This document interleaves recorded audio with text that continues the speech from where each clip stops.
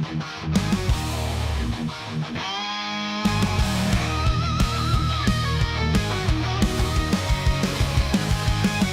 stands tall, Xbox in his hand, champion of games, ruler of this land. Screen lights up, echoes through the night, pixelated dreams and virtual fight.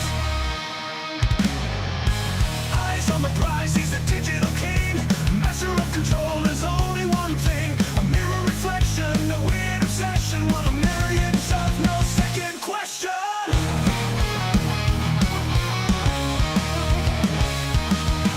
Eyes on the prize, he's a digital king, master of control. There's only one thing, a mirror reflection, a weird obsession, one of millions of no second question. Nick of the nation, star of the game, patriotic fever driving him insane. He loves his own shadow, wants his own name. Xbox is his kingdom, glory and fame. Joystick warrior, loading up pride, takes on the world, nothing to hide. Room full of posters, memories unfold, heart full of passion, story untold.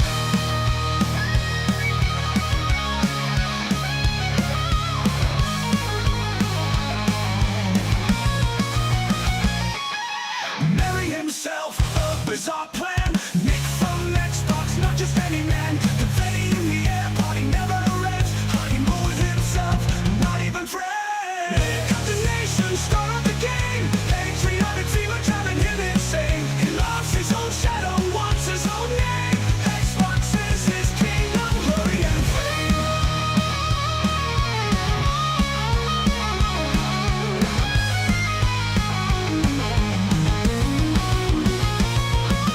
Marry himself, a bizarre plan. Nick from Xbox, not just any man. Confetti in the air, party never ends. Honeymoon with himself, not even friends. Nick of the nation, star of the game, patriotic fever driving him insane. He loves his own shadow, wants his own name. Xbox is his kingdom, glory and fame.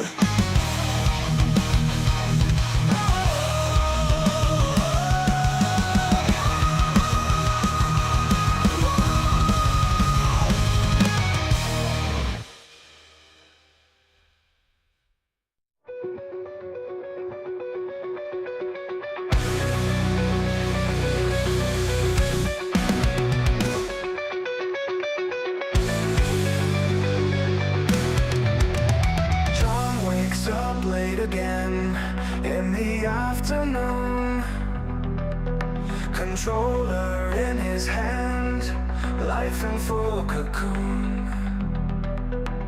Coffee spills beside him, games are on his mind.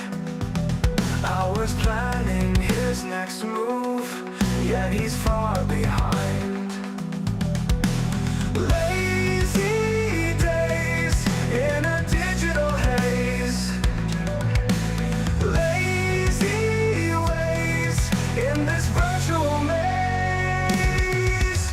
Screens glow in the twilight, fingers tapping slow, lost in worlds a million, but not where he'll go. Why chase the real when pixels feel so right? Reality concealed behind that neon light.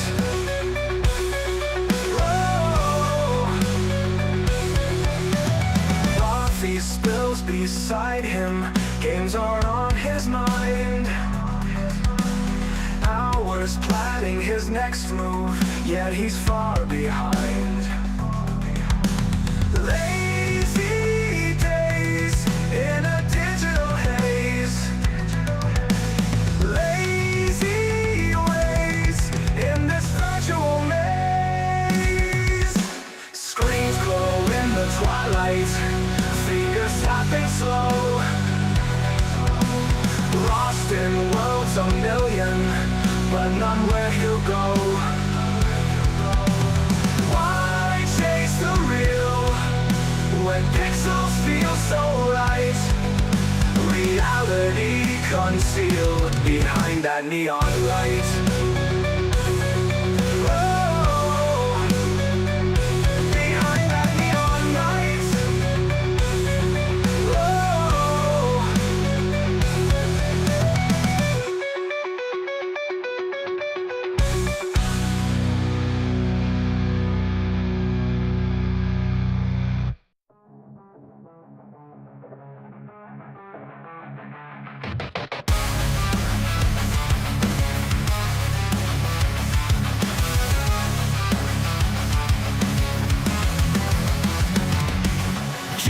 Grinding hard, no time to play. Controllers click clack like typewriter in his day. Podcast king, he don't need no rest. 6 days a week through the digital quest. Sleepless nights, blue light in his eyes. Console lit brighter than the skies. Threads and tweets, he's undefeated. In the Xbox era, his work never depleted. Jesse's the man, the legend in the game. Never slowing down, powering through the pain. From the break of dawn till midnight call. In the crime, he outshines them all.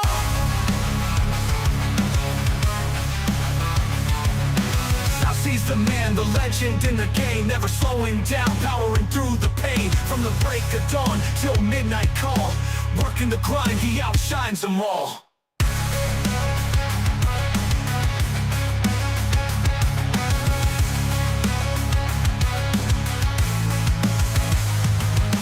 Silent but deadly, his impact be vast. Jesse's the future, forgetting the past. Game reviews, insights, he's always first. Keeps the community from a knowledge thirst. Coffee in hand, pixels on his mind. Gears and Halo, futures designed. Modded servers, the sound of success. In the console wars, he's the press. Jesse's the man, the legend in the game. Never slowing down, powering through the pain. From the break of dawn till midnight call. Working the grind, he outshines them all. Outshines them all.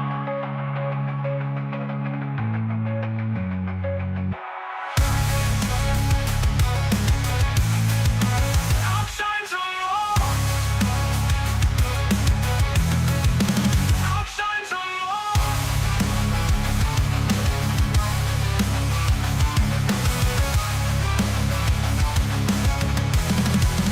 Outshines them all.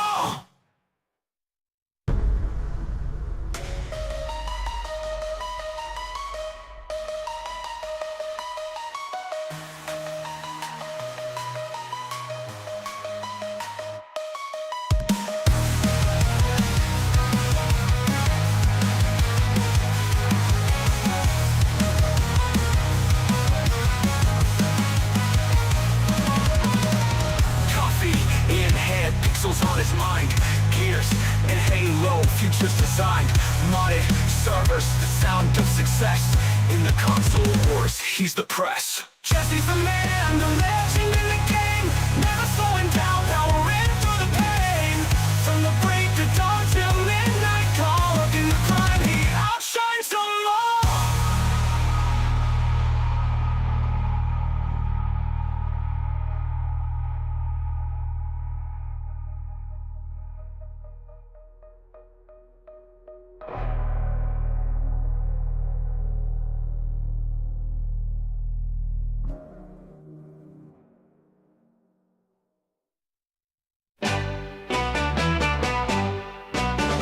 John's gotta struggle with the crowd. Patrons so mean they shout aloud. But John's got a secret deep inside, keeps him smiling real wide. They don't know what John's been up to. Plans in motion just for you. Patrons try to drag him down, but he won't wear a frown. Secret project keeps him singing. No more sadness, only grinning. Patrons won't get in the way. John's got sunshine in his day. Late at night when he's alone, working hard, no need to moan. John's got dreams they can't see. He's as happy as can be. whispers of a brand new start. Jon's got courage in his heart. Patron's anger won't prevail. Jon's on a joyful trail. Secret project keeps him singing. No more sadness, only grinning. Patrons won't get in the way. Jon's got sunshine in his day.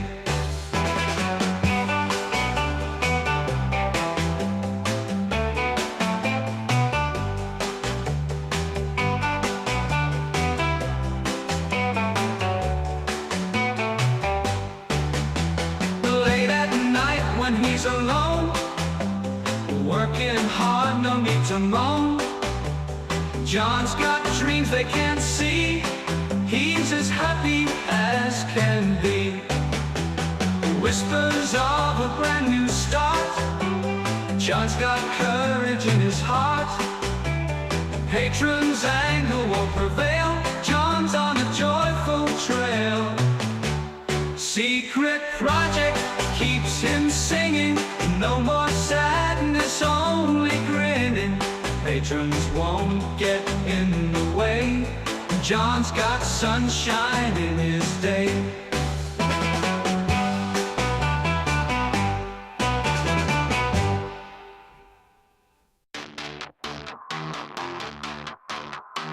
Patron, keep the dream alive. In this Xbox vibe, we thrive.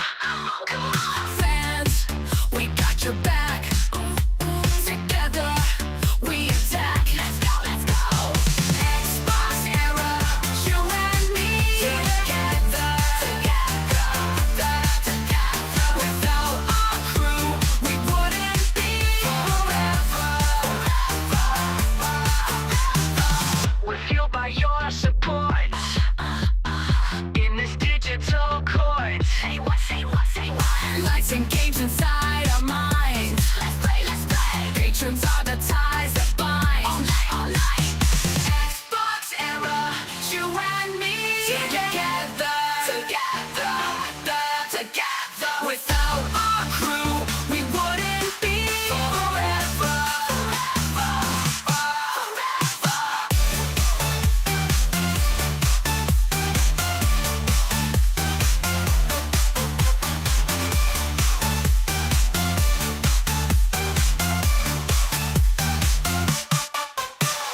Lights and games inside our minds. Let's play, let's play. Patrons are the ties that bind. All night, all night. Xbox era, you and me. Together, together, together. Without our crew, we wouldn't be forever.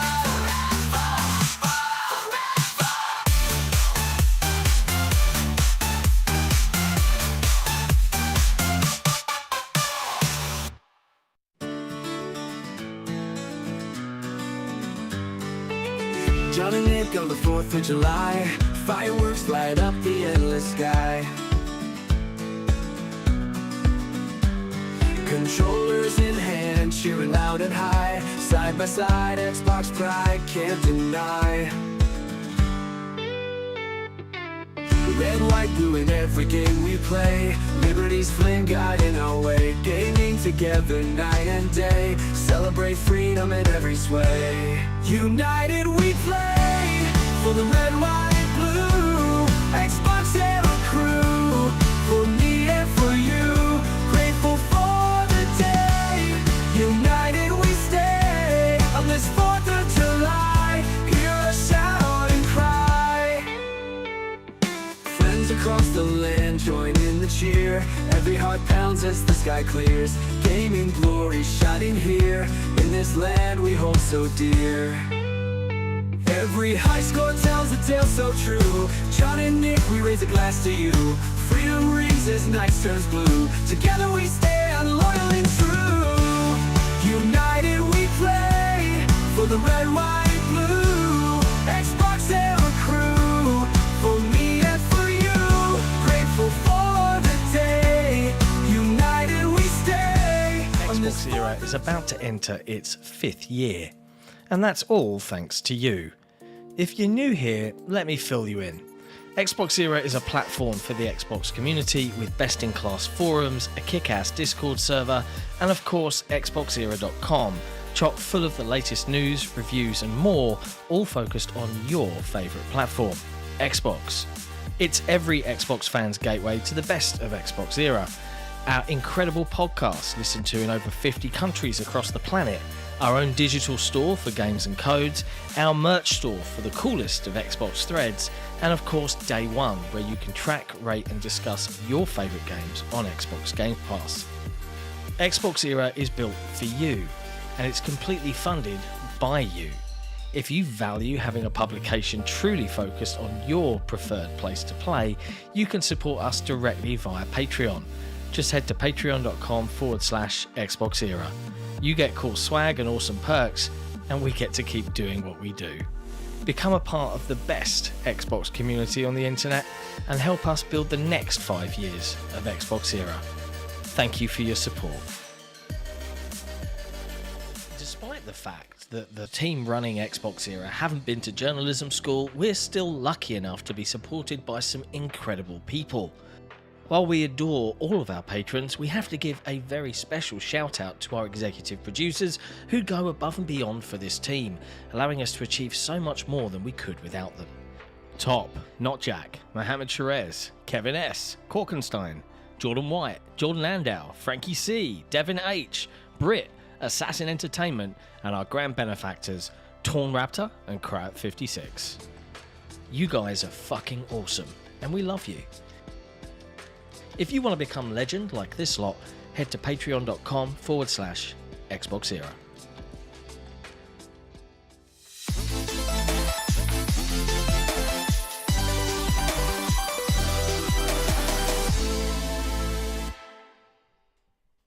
Hello, friends, and welcome to episode 219 of the XboxEra podcast. We're here to talk about all the latest in gaming from across the industry, but overall we're focused on your favourite platform, Xbox. If you love what we do, you can support us directly by heading to patreon.com/XboxEra or by becoming a YouTube member right here and joining this legendary lot.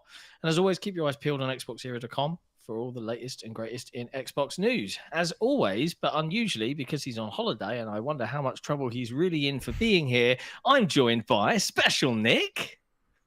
What's going on? And of course, the video game playing machine and fountain of industry knowledge, Jesse. I mean, I'll take the think? first. The first, That's new, yes. right? That's new. The first, what do you yeah. think? The second, you're just going to get people to yell at me. You know quite a lot. Normally we're like, what is it? And you're like, it's this. No, I'm good at Googling. I got that going for me. Google Yeah. extraordinaire or search engine extraordinaire. How's that? Okay, we'll stick I'm doing with well. that. Good. And I do play too Nick, much. you're here and you're on holiday. What's going on? You weren't going to be here. Yeah. You changed your mind. Is your No, ego this- so... The second week, I said I should be on. Like, I'll try and be on the second week.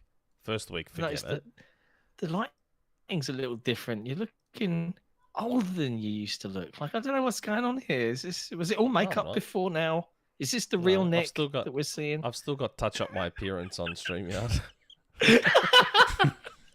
That's the spirit. How's your holiday been? Yeah, it's been alright. I mean, just like the first time I came up here, I bring the weather with me. So it's just like everyone keeps bragging about the weather up here, and then I come up and all of a sudden it starts raining and it's really cold. So I've just brought the weather with me. But yeah, it's been okay. Collingwood lost, unfortunately. Oh. So both games that I've been up here. Oh. So yeah, Well, It's all I'm your sorry fault, about that. essentially. Yeah. Eventually, you brought up terrible weather and made your team lose twice. Mm-hmm. yeah. You watch. I'll get to Germany, summer, and it'll like piss down rain. It'll get cold. It better my not. God. You watch. I want it to be warm. A big welcome, obviously, to everyone in the chat. Look, let's be upfront. Let's be clear. Let's be honest. Bugger all has happened, really, grand scheme of things this week. So I don't know how this is going to go. Not much at all. Not much Nothing. at all. That's why, like, someone made a comment in the community questions about how I made the headline about myself. I'm like, there was nothing else. There was nothing else. You were Yeah, struggling John and I for a were name for the joking about episode. it, and then I looked at it, I was like, yeah, no, there really wasn't much to talk about. Yeah. So we'll get into that. But as always, before we do, if you would be so kind, chat, to just click that like button, we'd be very grateful. And we probably should talk a little bit about what we've been playing. Now, For what we can. well, what we can talk about at least. But Nick, I don't know whether you've been playing anything. Have you got any video game stuff? Yeah, I with brought my you? Switch up. You brought your I brought of my course. Switch up. The XboxEra co-host has his Nintendo machine. So I finally beat Super Mario Wonder 100%. My God, there's this final test stage that they do that tests your skills, and it does like a gauntlet run of like all the major badges. Oh my Major God, badgers? it is one of the hardest. It is one of the hardest things I've ever done in my life. I kept thinking to myself about all these crybabies that are like, oh, FromSoft games. I'm like, mate, you go and try this last level of Super Mario Brothers Wonder and then tell me how hard FromSoft games are. It was just, oh my God. But I finally beat it 100%, which is good. You've succeeded. Yes, and then just randomly decided to jump back into Mario Kart and like got the cup on like 4 of the new championships. I've actually been playing a lot of Fortnite via Xbox Cloud. Oh. Because there is a 1S up here. So every now and again I've jumped on the 1S to play Fortnite. But other than that, I've actually been doing a lot of Fortnite on Cloud and GeForce Now. GeForce Now is pretty good. Yeah, GeForce Now's really good tech. And very powerful. It is actually... machines. Yeah, Yes, it's extremely it's- powerful, and it's able to use newer codecs, and so you get some really nice performance out of it. Yeah, I was surprised. So I've been chipping away at Fortnite. Got Magneto. Another one of my leaks. Or sorry, obvious guesses. Sorry. Corrected myself there. So yes, got Magneto, and yeah, that's about all I've had a chance to do while up here. Oh, that's fair enough. You're on holiday, mate. You should enjoy yourself. I do know. Yeah, there were a few jokes at your expense. Of like, does Nick's ego know no bounds that he has to name the podcast episode about himself, about a game? There was nothing. And Neon White came to Game Pass. So I'm like, well, that's what I said. I said it was probably going to launch it to Game Pass. To give people some context, before Christmas of last year, 2022, I think. it was, a year and yeah. 2 years ago. So Nick did a rumor mill, Year and a half. and he said Neon White is going to come to Game Pass. That's all he said. He did not say. No, I said it's coming to Xbox and it should launch into Game Pass. He didn't say it's coming next week. It's being worked on right now. That's all he said. But Neon White, I think the developers at the time actually made a deal out of it and said, Might have been Annapurna. "This is not true.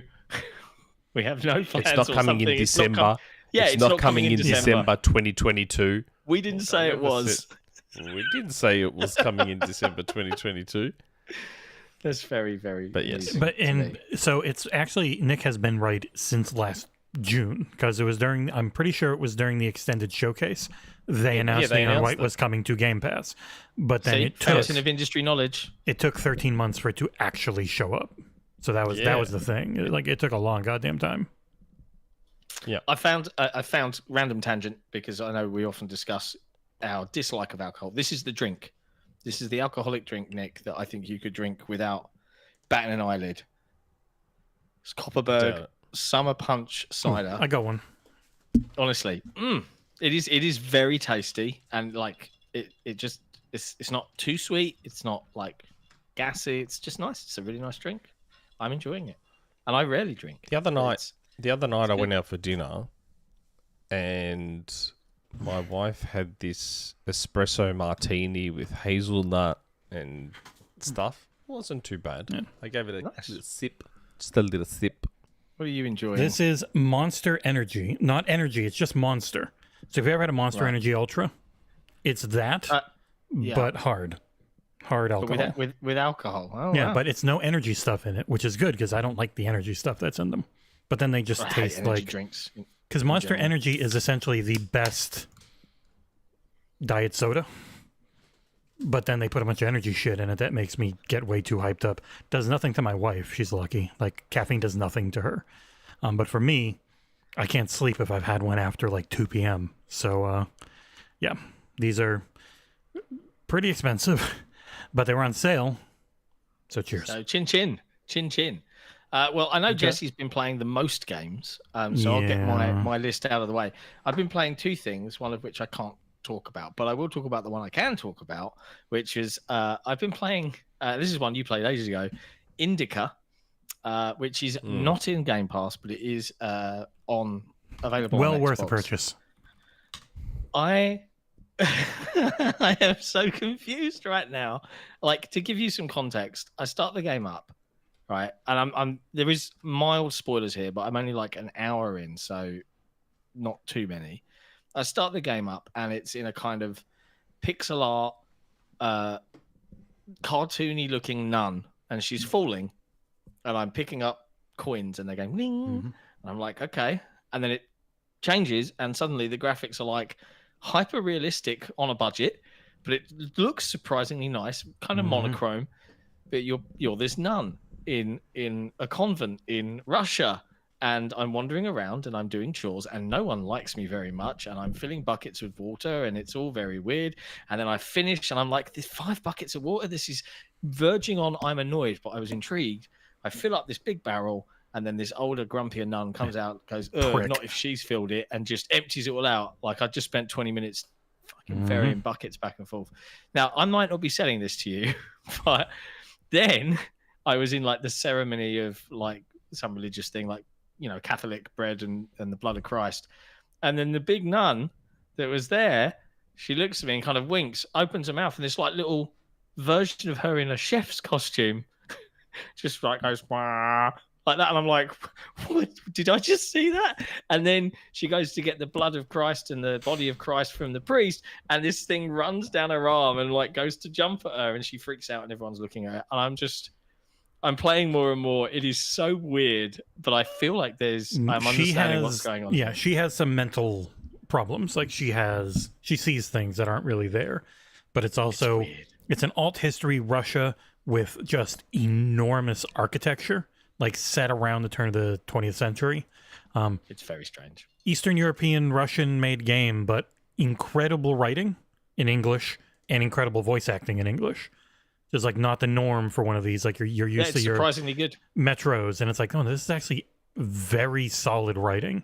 It is essentially a mix of walking, driving, and like walking, driving sim with some light puzzly elements. Stuff. But then you go into occasional 2D pixel realms where it's full on like platforming and different stuff. Like in her mind, when she's going back in her memories, it looks like a weird pixel video game for some reason. It's the strangest thing I've played in a while. It is but I weirdly fantastic. Like it. Yeah, I went back and played it again just to see certain things again, jumping around, and it's like, yeah, no, this game it's unique in a really good way, really weird, really funny.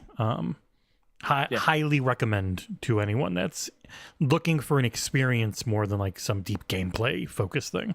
Yeah, it's definitely Not for Nick. Definitely one to check out. Yeah, not a Nick game. No skippable cutscenes, I'm afraid. But yeah, intrigued. The other thing, can't talk about it, won't talk about it, might talk about it soon. That's it. That's it. That's all I can really say. Did they say you can't What say about you're you? even doing a review of it? I don't You believe played so. the demo. You can talk about the demo you played. Nah, yeah, but then I'm giving it away, so I'm just gonna. Oh, I don't know. Yeah, but we've done that before. Yeah, We've done that before. we're going to have a review for everything that's hitting Game Pass later in this month. People can guess That's a because smart way of. I'm literally doing it. about to talk of one of them. Kunitsu-Gami, Path of the Goddess. I played the demo. I played it on I wanted to stream. try that demo. I streamed the demo on XboxEra. You can go watch it. It's about an hour and a half doing everything in it. Pretty meaty demo. Really interesting. Very basic to start. Like it's just you've got a couple of combos with your sword. You've got a couple of things you can call out. looking at the UI, you can definitely tell there's a ton to unlock. And it looks like you're going... So you start at the top of a mountain. You're going down the mountain, doing a mix of levels, monster fights, and then building up stuff. Very interesting. I don't think it's going to be super long. I know Nick gave that look. I just think there's a lot. It's going to keep giving you new mechanics and new things you can do. You play as who is like this spirit who protects a... God, I don't even know what she would be called. But you're walking the path of the goddess. Why? Don't know yet, because it's not in the demo. But you're going through trying to root out evil. It's very steeped in Japanese mythology. It is a strategy game where you are actively setting up numbers of villagers around. You set their role, what they're going to do, how they're going to fight, what they're going to protect, as you are walking the maiden down a specific path. Sometimes you can choose which path you want. You can change up your people on the fly. You've got to get this crystal currency to do anything. Pretty basic gameplay early, but I think it's going to open up. Yeah, when I played it, it's definitely like a combo of tower defense, real-time action, and strategy. Yeah, planning, resource gathering. It's like a little medley. And fun fact, I think we discussed this on the headlines episode at one point. It's got quite a unique graphical style. And if you're wondering why things look almost hyper-realistic, it's because a lot of the materials, when I was chatting to one of the developers in LA, are scanned into the game in a similar method that was used for Harold Halibut. So it kind of has this diorama. It's very pretty. Like it's really gorgeous. Nice looking it's a gorgeous game. Yeah. So in action, you can fully move the camera around, even though it always starts you in the early levels like sideways for some reason. I don't know why. But I played that. I will have a review for that one closer to its July 19th launch. Also playing Darkest Dungeon 2. I am playing that on PC. They did just send us over an Xbox code, so get a look at that. I mean, the game runs at like 350 FPS on my Legion Go, so I cannot imagine it's going to have a problem on a series console. Roguelike strategy game. You know what those are. You know what Darkest Dungeon 1 is. I'm really enjoying it. It might be like mid-7s so far. I got to get through more runs and see, but I am quite enjoying it. I think they have an embargo on the Xbox version, so again, closer to its July 15th launch. What the hell else is there? I know I wrote a couple things. Neon White, which has... Oh, here's Darkest Dungeon playing. Neon White was just playing. I'll have a review for the Xbox version of Neon White. But I had it on Steam already, so all the gameplay was from that version. Some of the best time trial FPS gameplay you could hope for, mixed with some of the worst story. So go full Nick. Do not watch any cutscenes at all. Skip them all. It's trying to be a cool anime that you can tell that everyone's really trying. I just did not like it, and I don't know anyone that does. But the actual gameplay, mwah. And the last thing was Tchia. That one has the review out already. It's New Caledonian inspired, which is an area north of Australia and New Zealand side. It's like a Breath of the Wild type, but it's only like 10 hours long. It's not super long. Really pretty. Great art style. Really moving story. So don't go full Nick on that one. Like, it's a very touching, emotional story. Plays well. And they're, except for Darkest Dungeon, those are all coming to Game Pass at launch. So played a lot of stuff, but I can't go into full detail about... Well, Tchia, I can. I don't have an Xbox code for Tchia. I have no idea. That's why that review's already live. Yeah, because you can just review the game. Yeah, I just did the Epic Store version. It's a weird week. Like, there genuinely isn't a lot of news. So I did want to take a moment to call out and thank our wonderful grand benefactors, Torn Raptor and Croat56. You'll see their names all the time, along with all of our patrons' names, including our executive producers, especially highlighted at the bottom of the screen. They are all supporters on Patreon. And if you want to become one of those, patreon.com/XboxEra. We obviously use all of that money not to go to Gamescom, not to get new equipment, not to pay for people. We use it to fund AI-created songs about ourselves. Yes. No, we hired real bands. Like, if you were watching the show before it started, that was a joke, by the way. We don't actually use that to pay for AI-created songs. But Jesse's been playing around with music AI and has created some tracks. Why about... didn't you get a real band? Yeah, man. Yeah. AI is Why didn't you get a disgusting. real band? Boycott us now. Like, You know, I think the funny music is one thing people don't get angry about as much, because when it's very obvious and you don't try and hide it. It is funny, you can't copyright any of it. That's always going to be the downfall of AI, is that you can't copyright it, and so companies are just not actually going to use it, and that bubble's just going to go poof pretty soon. Very curious what happens to NVIDIA when it does. But yeah, I made some dumb songs about myself. I literally just said make a positive song about Jesse from XboxEra. Make a song about Jon and how the patrons are mean to him and type of stuff. But yeah, yeah, I was using Suna or Suno. Okay. yeah, like we know it's terrible but funny, and that's the reason. All right, like it's just having a laugh. Chill. It's okay. Yeah. What else? Is Jesse drinking Control? Because I'm not. I had some earlier. I would feel very bloated if I had more. Control. What's that? Yeah, I don't have any to show you right now, but normally I'd be taking a swig from my limited edition translucent black Control shaker, and I'd be holding it up to the screen like this. Yeah, of course. And telling you all to go to www.drinkcontrol.com/XboxEra and use our code for 10% off XboxEra. I'm about to get some what's it called? Banana split. I'm about to get some banana split. I want to try it. Fair I enough. want to try it. Yeah. Scan. That was scan beautiful that product QR placement, code. Jesse. I loved it. Yeah. I loved it. I Gary didn't bring Barwick in any the up to chat. Queensland with me. Nick is out of Out control. of control. I am, but not this control. I've got some. It's just back in Melbourne. It's not up here with me. I'm back. Fun times. All right. So before we get into news, just a little tease, because that's what that song at the beginning was all about. Little tease is the secret project hit a big milestone this week. There are some people among you that have seen it, that know. Yeah, I have. Well, I know you guys know. Nick doesn't remember.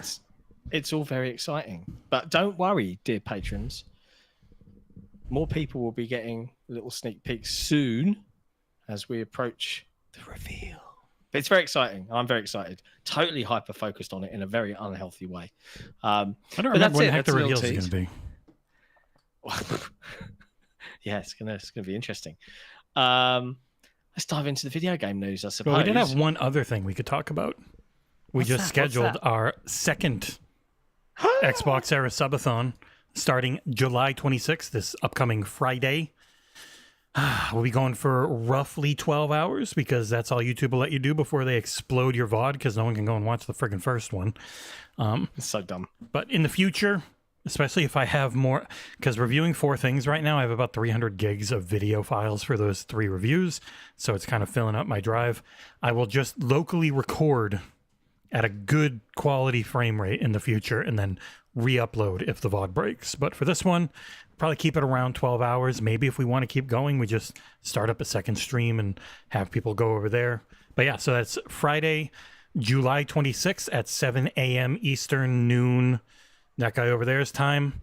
We'll be doing our second sub-a-thon, focused really on trying to close that gap. Yeah, that PayPal that's down there that you can see, that is in the description of this video. Trying to get that closer to the $8,000 so that we don't really eat it on going to Gamescom, and getting more patrons, because then we get to keep doing all of these reviews and live streams, because they don't make money otherwise. And the cool thing about subathons is, of course, we'll have more game codes and things to give away throughout the show. We'll be playing a bunch of silly stuff. Hopefully, stable connections abound. And we it's really just about closing that gap and just trying to make sure that we're not completely buggered. Because next week, not to panic, you guys, it's flight booking time. Because baby, we are going to Gamescom. Why are we going to Gamescom? Because Xbox have got the biggest booth they've had ever. There's going to be a ton of stuff. But why aren't they online? What do you Why mean? aren't they doing an online show? What, Xbox? Yeah. If it's anything like Typically, last they year, give their announcements to opening night live. yeah, and they'd be doing Cheaper for them. Typically, they don't do a show. They do like live streams from the booth. Was what they've been doing. What they did last year. So Is it? Oh, okay. There's no news yet, but last year FanFest was brilliant and huge. I don't know. Genuinely, have asked. Waiting on more info. If they are doing another one, but I hope so because there's such a different, frankly, European vibe to Cologne that is just a little bit more chill than my experience in LA. Granted, I was seeing it through like a crazy fever dream, but yeah, really, really hopeful that we'll get to meet some of you guys out there as well. So.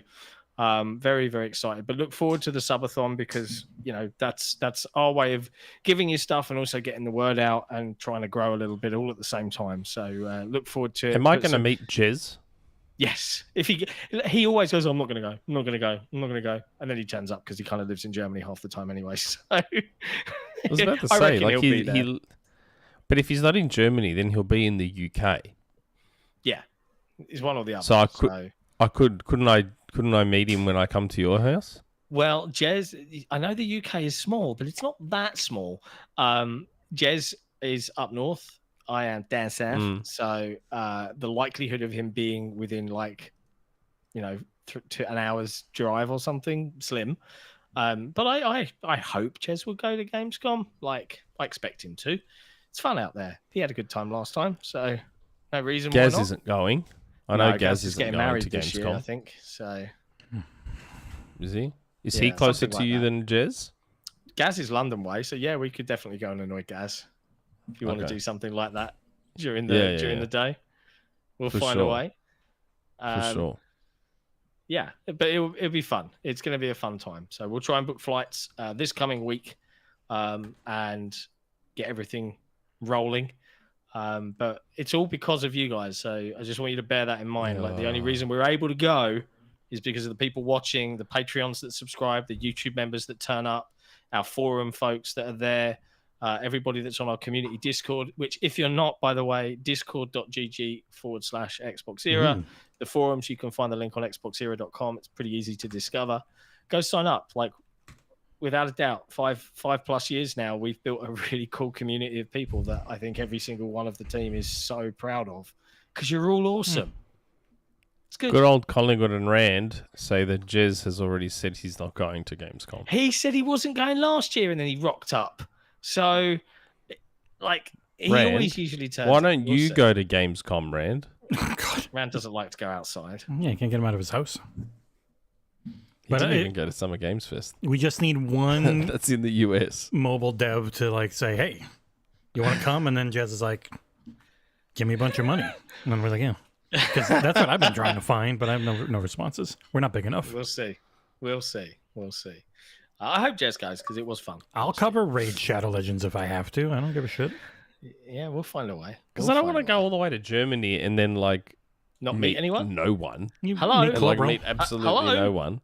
Hello, it's us. No, I mean outside of Xbox era. Like Look- every time you guys all go to these shows, I see all these photos with all these other people, like Colt It's and America. I was Jez and telling Colt he should absolutely go, and he was like, "Oh, I don't know. Maybe you can persuade him because he flew into London to play Fallout 76. So like, come on, dude, come a little step further into Cologne." He probably didn't have to pay maybe for he that, can though. convince Bethesda. Maybe he can convince Bethesda to fly him out. Maybe. I don't know. It's fun times though, so I'm really looking forward to it. News-wise, man, there's Super heck chat. all to There's a talk super about. chat. Oh, go on, let's Super do a chat. super chat. Let's do that. £5 super chat from Jordan Andow. Your savior has arrived, and Nick is back as well. And you know what that means? I don't. I have no idea. Yeah, what does that mean, Jordan? Zero knowledge. Don't know. Don't understand. I don't know. Who is Jordan I don't know. Andell? Never heard of him. He's an executive producer. Yeah. That's as probably we know, why. John You know hates how I feel about the patrons, Patreon. I knew that. Just leaning into it. I knew that. I knew. Mister's. I've got to read this because we know Mr. Zweistein. He's been a long time follower of XboxEra's antics. John, England does not deserve to move forward in the European Championship. On the other side, congrats to your new PM. Was about time to get rid of the Tories. On the football side of things, I don't give a fuck. I don't watch football and I don't care. What about soccer? Do you watch soccer? No, not that too. Also, interesting. Soccer came from England, the name. Association football. Really? Yeah. So back in the olden days, it was called Association of something, and they used to call it ASOC for short. And then in like the 1860s Soccer. or some shit, it was trendy to add onto the end of fucking random words. So it became a soccer like that. Soccer. You know, like you can imagine a bunch of British toffs going, oh, you know, the soccer, soccer. like that. Soccer And to that's know. how it was born. So we should probably shut the hell up. But yeah, also we did win. So I don't care. You didn't win generally. anything. Football. You said Football, zero interest. But on the plus side, yes, in the UK, no politics. This is a video game podcast. But we did get rid of the Tories, which is like Sunak the is best gone. fucking news ever. And I say this, like, this is purely selfishly me. And I know I've said no politics because people get really up in their feels about it. But it's England. We're a little bit more chill most of the time. But No, you're not. no, there are some crazy people out there. But from my pure personal perspective, since the financial crisis in 2008 and since the Tory government has been in, my life has year on year got more expensive, harder, more difficult. And it's always been a struggle. And I can't help but feel that I saw a grown up in the cabinet yesterday going, yeah, you know, let's not make jokes and make loads of money for our mates. Let's govern the country. Cool. Let's see what happens. I know that there are Did the new prime minister grow up with access to Sky News? The new prime minister Sky? is working class initially. He's a sir now because he worked his way up. Yeah. But the actual cabinet, and this is a unique thing, I think it was something like 63% of Tory MPs, the Tory party, went to private schools like Eton, right? Like bully You boys. didn't get the joke, did you? No. I know saw Sky an TV knows. interview- I saw it. It's the Sky TV thing with Rishi Sunak. Yeah, I saw an interview with him where he's like, oh, you know, we grew up poor. We didn't even have Sky. I'm like, bro, what are you talking about? The actual ridiculousness of it was he's very rich. His wife owns shares, or is a daughter of the owner of Infosys, so massive IT company. And he was trying to give an example to link himself to us povos of something he went without when he was a kid. And he was like, Sky TV? Sky. It's like, Sky. you And then fucking he ate dick. some McDonald's. He looked very natural inside a McDonald's. There are people Yeah. using food banks over here. You dick. Like, honestly. I had But anyway. McDonald's yesterday. Oh, there you It's go. nice. First time since Anyhow. I've been up here. You can tell, like, it just feels a little bit more hopeful. Like, and I'm not expecting anything wonderful, but I'm expecting something normal. You know, like how. No, I'm not going to do it. I'm not going to get into American politics. Fuck that. I ain't There's touching that nothing holding hopeful there. fast pole. You guys There is- are on your own. There is nothing hopeful there, and you are all going to reap the benefits of how hopeless it is. I've I'm got to not read out shaving this the one. beard. I'm not This is shaving the very- beard. Very fine. I'm going to beard. grow it You're longer. going Amish. I'm actually going to grow it Yeah. longer. I'm actually hoping to get like a full Santa Claus style. Do it. Get You're it going all on your like run springer. Viking style. Yeah. I've got to read See this how one it out, goes. Nick, because I know you normally do the super chats, but this is UK related. Good old Collingwood. The important thing is Larry the cat is staying. And it's true. For about 15 to 20 minutes on Friday, we didn't have a prime minister, and Larry the cat was in charge of the country. So, and then nothing bad happened. So we could argue that he was pretty good at the job. There you go. Okay. Another super chat before we even get into the news. Yep, Jordan Andow. Nick, if you want to drive like 2 hours from John's, you can see your real favourite Brit, me, in Bristol. We are famous for Blackbeard and the graffiti artist Banksy. Do it. You know you want to. Is Banksy What from the UK? Yes. I didn't know that. Yeah. Well, no one knows who he is, right? Like, that's the... Actually, Rishi Sunak. Don't tell Yeah. people the secret. Mm-hmm. I don't know why everyone's weird about my beard. I've had this beard for a while now. It's only been 2 It's weeks the since camera I was on angle. the podcast. It looks The beard- different. Yeah, it must be. It must be the camera angle, the lighting and stuff, because the beard hasn't gotten really much You're normally longer more since the side last podcast I profile was and a on. little lower. So Yeah. Like, I have to admit, like, intense jealousy. Intense beard jealousy right now. Like, Why? I can grow don't a even beard. have a This- proper beard. Yeah, but this is the best I can do, right? And if I try to grow longer, I've always wanted to grow a really Yeah. long, ridiculous beard. The only bit that really grows is this bit, right? But this just stays. This just stays as it is, and Oh, it's really? like, yeah, it drives me nuts. So I just have to keep it kind of trim. Yeah, but at least you've got the proper mustache that joins the beard, which I don't have. Does yours not join? Not properly. I've got the full beard, It's but very then frustrating. it's like mostly white. Badger Yeah. stripes. It's all Yeah. good, mate. It's all Well, good. I've got the Italian, I got the Sicilian and the Lebanese, so I've got like the Mediterranean wings going on real hard. Seriously. So do I. It's just go that I full keep it handlebar. shaved there. So you can't see it. Or Oh, not we're as getting much. old, lads. Getting old. I'm gonna have my Ah. birthday when we're together. That's gonna be fun. Yeah, What day is it when you're down? August 16th. Ooh. Okay. Wow. Day before. All right. We'll make sure we do something cool. Yeah. I mean, I'm All right. rolling up to Germany. Yeah. Well, we are doing that, to but England. we've got to do something specific for Jesse's birthday. Like, we'll cook him a fine British meal. Yes. Beans with banana.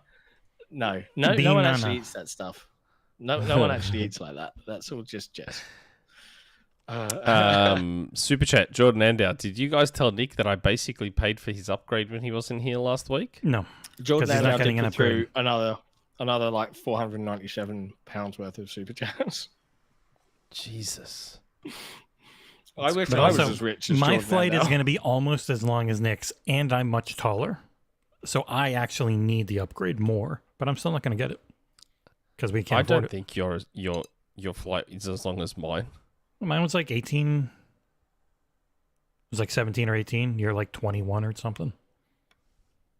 Nah, 5 hours. is your 5 hours. flight will be 10 hours at the most, Jesse. 10 or 11 hours. Oh, it might have been when I was Nick- looking up to Germany. Yeah, Nick is Thank two you. flights. Mm, Two Yeah. flights that are both horribly long. oh, good. Yeah. I need Just- the upgrade. Well, Mm. At least, Let's at least for see the how we first go. part. We'll cover. At least for the first part. We will cover the normal, and if you want to upgrade, feel free. Because we literally can't afford anything more. well, we'll tot it up as we approach, you know. But like, No, maybe we can make a generous contribution to your comfort. But instead of giving any money to Soul or Pre-Drag or anyone else who's coming. Yeah, sure. who, yeah, Yes, like that would be the correct. like. I would like to do those things.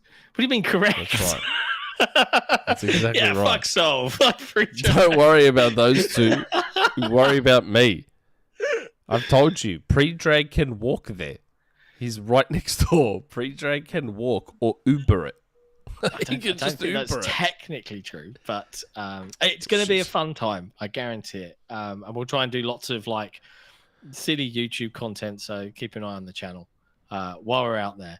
But yes, one of the jokes I was discussing was during the live show that we do, that we have Nick and Jesse do a blind British food taste test. Now, I wouldn't give you guys, listen, honestly, genuine real talk, wouldn't give you guys anything horrific or gross like blood pudding, but I would give you some like staple, actually edible, won't kill you British food and see if you can guess what it is. I thought it would be funny, but you know, maybe the patrons see. will donate if you do. Like, your sacrifice is Eating on camera is not normally a thing I'm into. just tasting, just a little nibble. I'll turn away and go, I can't stand listening or I can't. I watching or listening to people like chew is a trigger. No, I hate it. Yeah, Yeah. I did a Like- call yesterday. When I listen to And, Xbox 2 and Rand is just chewing, it's like, oh god, oh god. I have to say, Rand, if you're still watching, I see a lot of written complaints about your food eating habits whilst on a podcast. I'm just letting you know, bro, the people out there aren't happy about it. But I was doing a call yesterday, and my missus just randomly brought me in some lovely cheese on toast with Liam Perrins. Now, I'm sure that isn't a food that you guys would complain about, right? That Never sounds heard of it. delicious. What? Cheese on toast what? with Worcester sauce, Liam Perrins. Zero interest. What the fuck? Why would I Liam want? I Perrins. don't. Okay, help me out, chat. I don't What mind. the fuck? I have never heard of having How am I just supposed to know what Worcestershire Liam sauce Perrins is? on bread Okay. and cheese. Okay, it's grilled cheese, like, but not a grilled cheese. I know as what in a Worcestershire. sandwich. I know what Worcestershire. I know what all the sauce ingredients is, I are. just I've never don't know had what Liam Perrins is. Okay, Liam Perrins is like the biggest and most famous. Yeah, it's the one you always see. Worcestershire sauces. I know what all the ingredients are, but no, I've never had them together, and it sounds weird to me. It's not. It's Not saying I delicious wouldn't. and wonderful. Like I promise don't you. dislike fish sauce, but it's not my normal go-to. Yeah, it doesn't taste anything like fish. I know I've had it before. Worcestershire. Worcestershire. Worcestershire. There's a Worcester in Massachusetts, and everyone always calls it Worcester. It's like it's Worcester. Worcester sauce. Worcester sounds better than Worcestershire. Worcestershire. When I say Jordan sauce, Andell. it's like it's I not know. a load of sauce like you I dip. It's have like a some. tiny. I know. I have some in my fridge. I know what it is. Promise, I've try it. never had it on bread and cheese. What about Dijon? What about Dijon mustard? Dijon instead? mustard. Yeah, we've got some Dijon Uh, floating around. Jordan Andell, you have a Bill Gates here. Can I come? The Bill No. Gates replica. Not keeping Bill Gates anywhere near us.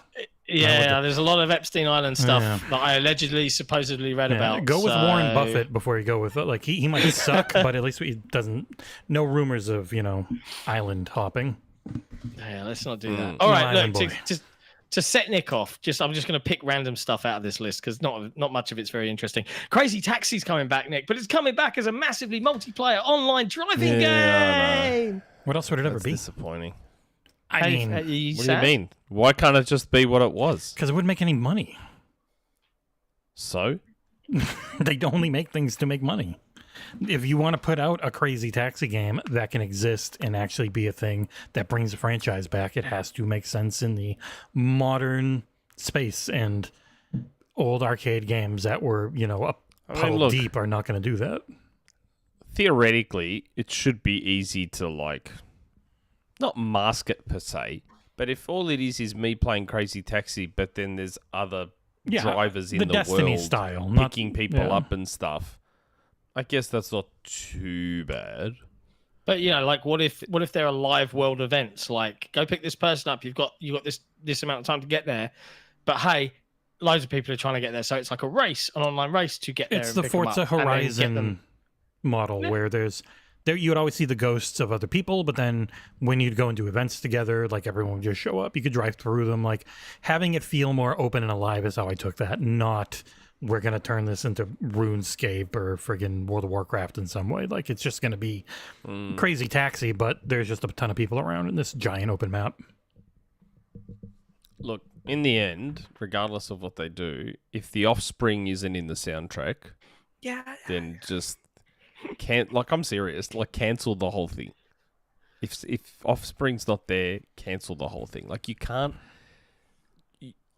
It's the only video game where a song is so intrinsically tied to it that it can't exist without that song. It can't exist without that song. I think Ryan McCaffrey did a tweet saying, "What's the first thing you think of when I say Crazy Taxi? What's the first thing that comes out of your mouth?" Yeah. It's just, oh my god, it has to. They're just tied to each other forever. I'm not that bummed about it being online. It probably is something especially if I can jump in with friends and there's not just competitive modes but cooperative ones. Sounds like fun. that's right. That's right. Jeeves S. I used to love Crazy Taxi is one of those games that made me love in-game advertising. And you drop people off at KFC, and you drop people off at Pizza Hut, and I used to love that shit. I thought it was so good. It made it feel real. It's hey, I'm dropping this guy off at KFC. Oh, to be young. Oh, to be young. I used to love I used to love all of Sega's in-game advertising. I used to fucking love it. And then in today's world, I see people getting upset at in-game advertising, and I'm just like, man, you guys weren't around in the 80s and 90s. Yeah, I remember playing. I can't remember if it was Chaos Theory or Pandora Tomorrow. It was a Splinter Cell game, and there was a scene where he just picked up a pack of Wrigley's Airwaves chewing gum, and it had like really high def the branding of Airwaves on it. I was like, what the fuck? Like, what was that? What is Sam Fisher love doing? that Is that how shit. he maintains the gravelly voice? Like, I It's don't like know. Final It's really Fantasy weird. with their cup noodle for Final Fantasy 15. Yeah. It was super high def. I love that stuff though. Like back in the 80s, early 90s, like there was an entire video game dedicated, a platformer dedicated to the 7-Up Cool Dot. spot. Yeah. Cool spot. Yeah. cool spot. Like, Yeah. mate, You had Zool on the Amiga that was partnered with Chupa Chups or Chupa Chups, whichever way you sit. Pepsi was big with Sega. Pepsi Yeah. was big with Sega for a bit there, and I think Coca-Cola for a period there. There's like an arcade skating game from Sega that had Coke advertising all over it. It's a funny love old that world, shit. isn't it? I love it. we- Even Crackdown. Crackdown updated their in-world Billboards. billboards. Yeah, I remember seeing an ad for, what was that horror movie from what's his face? Oh, Cloverfield. Cloverfield yeah. ads in Crackdown. Like, just full. Oh, God, I love that shit. Immerses me. It immerses me in the world. Advertise to him, immersed. people. He wants to Yeah. be advertised to. Sell him your products. He will buy Give me them. more He ads in games. He is your customer. Yeah. We got a super chat from Mr. Zweistein. Yes, this is for the birthday lunch of Jesse. Wiener Kalbschnitzel mit Bratkartoffeln und Gurkensalat. Enjoy. I completely butchered that. I know I did. Kalbschnitzel Wiener and a mit chicken schnitzel. Bratkartoffeln und Gurkensalat. Sauerkraut. Is that sauerkraut? Gurkensalat? I think it was one of That those. sounds like sauerkraut to Yeah. me, but maybe sauerkraut is spelt sauerkraut. I don't know. I really like sauerkraut. I had a, and I hope I'm saying Never this had right, Zweistein, if you're still watching, a Schweinaxel, which defeated me resoundingly, and I had to leave it. And all the old German men that were in the restaurant were looking at me like, for shame. Maybe you guys can have a Wiener Schweinaxel. Schnitzel? A Wiener Schnitzel. Wiener Schnitzel. Does Germany have McDonald's? Probably, yeah. I'm pretty sure I saw one. Does the place not? All right. Yeah. I'm sweet then. A Schweinax. No thanks, Turkish. I'm sweet enough. It was a pork knuckle. God damn. I was recommended it by a German friend I worked with, and it was, it was bad. Oh, It was good, So but it was McDonald's. like- That's right. I'll just have McDonald's. Nah, Have come myself on. a You're gonna come filet. for proper German food with us at Nah, fuck German that. places. Nah, come on. You filet gotta of fish. branch out. You got I'll branch have a out. French. I'll have French cuisine in Germany. A filet of fish. Jordan Ender. The news for this episode is that I'm here, and that's all anyone really wants because I provided them the longest episodes. Oh God, there's nothing to talk about. It's going to cost you a lot of money. But anyway, so Crazy Taxi is going to be an online, massively multiplayer driving game. Other piece of news, bit of a sad piece of news. Our good friend Boubacar Salim, Boubacar Salim? name dropper extraordinaire, as you like to refer to Name him. dropper. Yeah. Unfortunately, the studio, Surgent Studios, following the release of the very lovely Tales of Kunitsu-Gami, they did have to make some layoffs, as much of the rest of the industry had to do.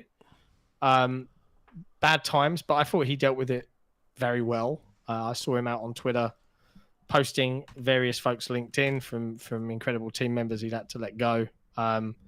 So it's the rough part of the industry and the rough part of being the boss man, I guess. Mm-hmm. But It's hearts gonna be go out tough to when you tell everyone that's Nick lost their he's out. jobs. Yeah. Yeah, It's never going to happen, bro. You know, you are this show. No way. You're the real I am backbone. I am XboxEra. Rand in the chat. That ain't true. I provide XboxEra with the longest episodes When he's on, when he's on. When he's on. not in the chat. Gherkin. Yeah, okay. Gherkin, cucumber salad. Mm-hmm. Makes sense. Makes sense. Are you going to come to Gamescom, Zweistein? Let us know. Good to see you. He's already in Germany. He is, right? It's just a little stroll. Next up, lots of games coming to Game Pass, including 2 that Jesse spoke about at the beginning of the show: Neon White, Tchia, and more are joining Game Pass in July.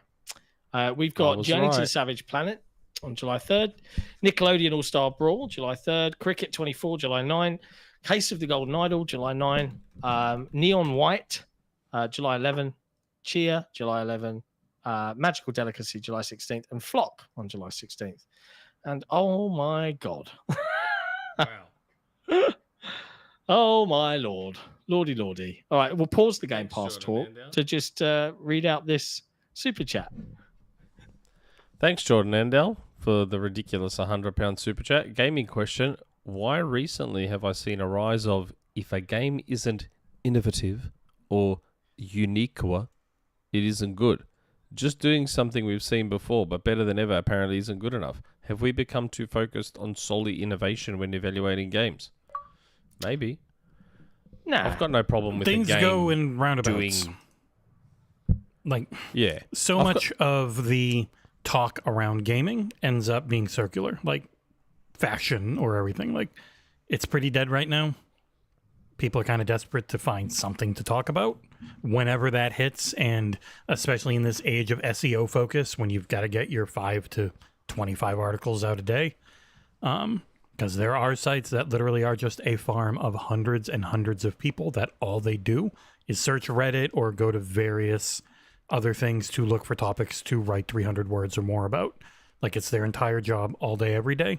And then people will pick up on an article out of 1,500 will get picked up, and people will take it as a serious talking point when there really isn't one.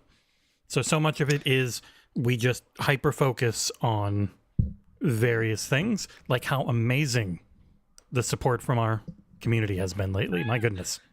Like God Ray damn. Oid. Keep up the amazing work, XboxEra. $100 super chat from Ray Oid. Jesus Thanks, Christ. Ray. Didn't he buy Much you a game love, once? You love Rayoid. Glad I follow that guy back. That's some serious Uncle Sam Dollar do, says Brit.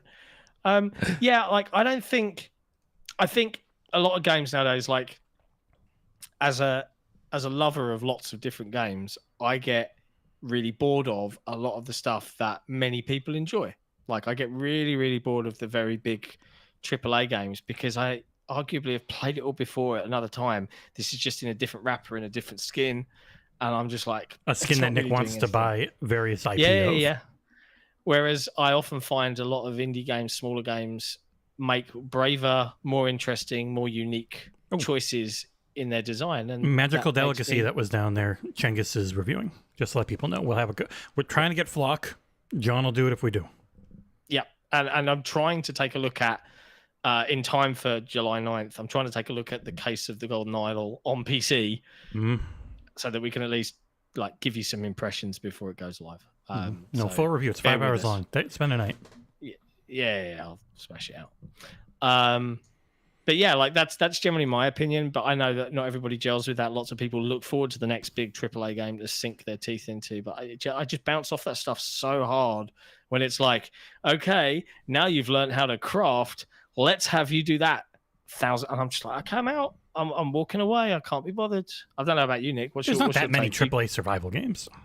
I don't mean just I survival. don't mind games. I don't mind games doing the standard stuff if they do it well. I've got no problem with it. At all.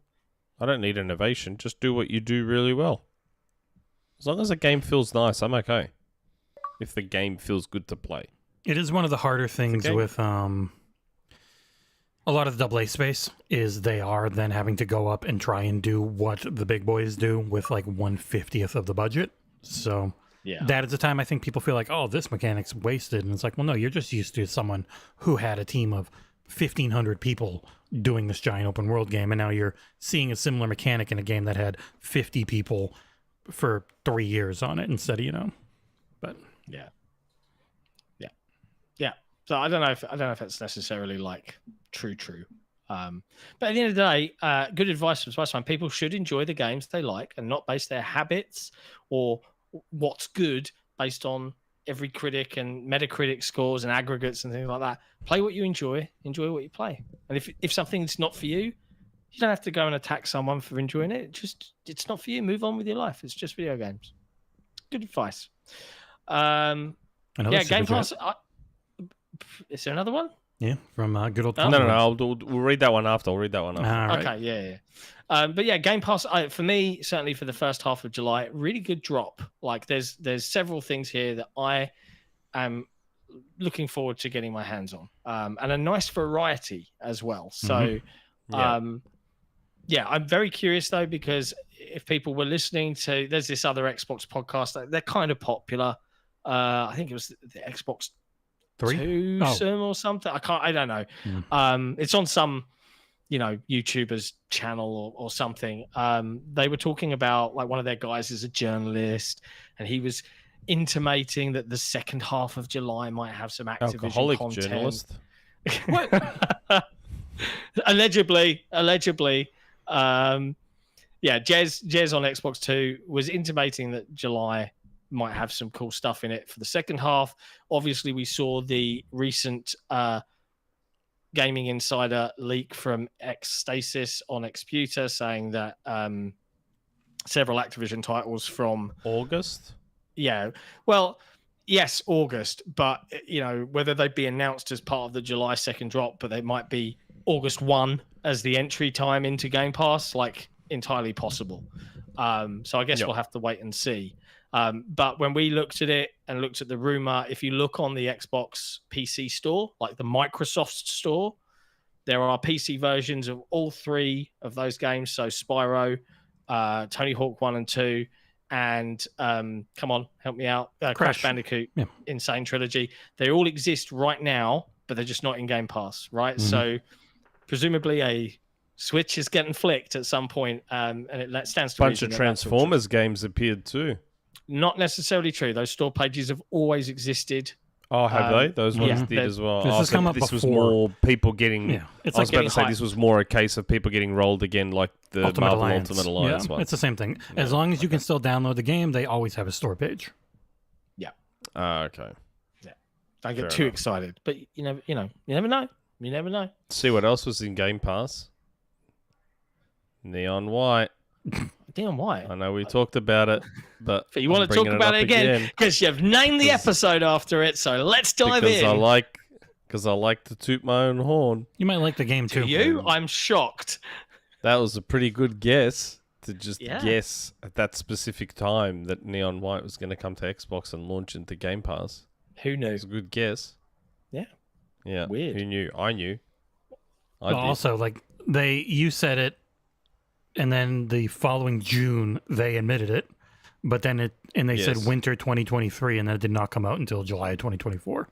So Yeah. always See interesting what I how mean? things can I take a don't know while. what happens with these Game Pass deals. So that tells you that a Game Pass deal was done quite early, and yet look how long it took Well, to actually happen. This is full Play Anywhere on everything, so it might just been waiting on a port. Super small teams doing all these things, like figuring out your port stuff is probably a pain in the butt. It will see. be interesting. Any of the ABK Like stuff that is dickhead. not going to be on cloud, but they have That's to put all because of of it the on PC. Ubisoft deal. Yeah, but they can still get it on PC. But almost all of them will require a port because most ABK games are on Steam and not even on Battle.net. Yeah. I'm going to call Isn't it this out funny, though, that it took... What? No, go on, you go first. Go. It's slightly different. No, Differently related. I was going to say, isn't it funny? That took 13 months, yeah? From when it was announced to when it actually happened. Oh, my God. Shut up. Why? That took...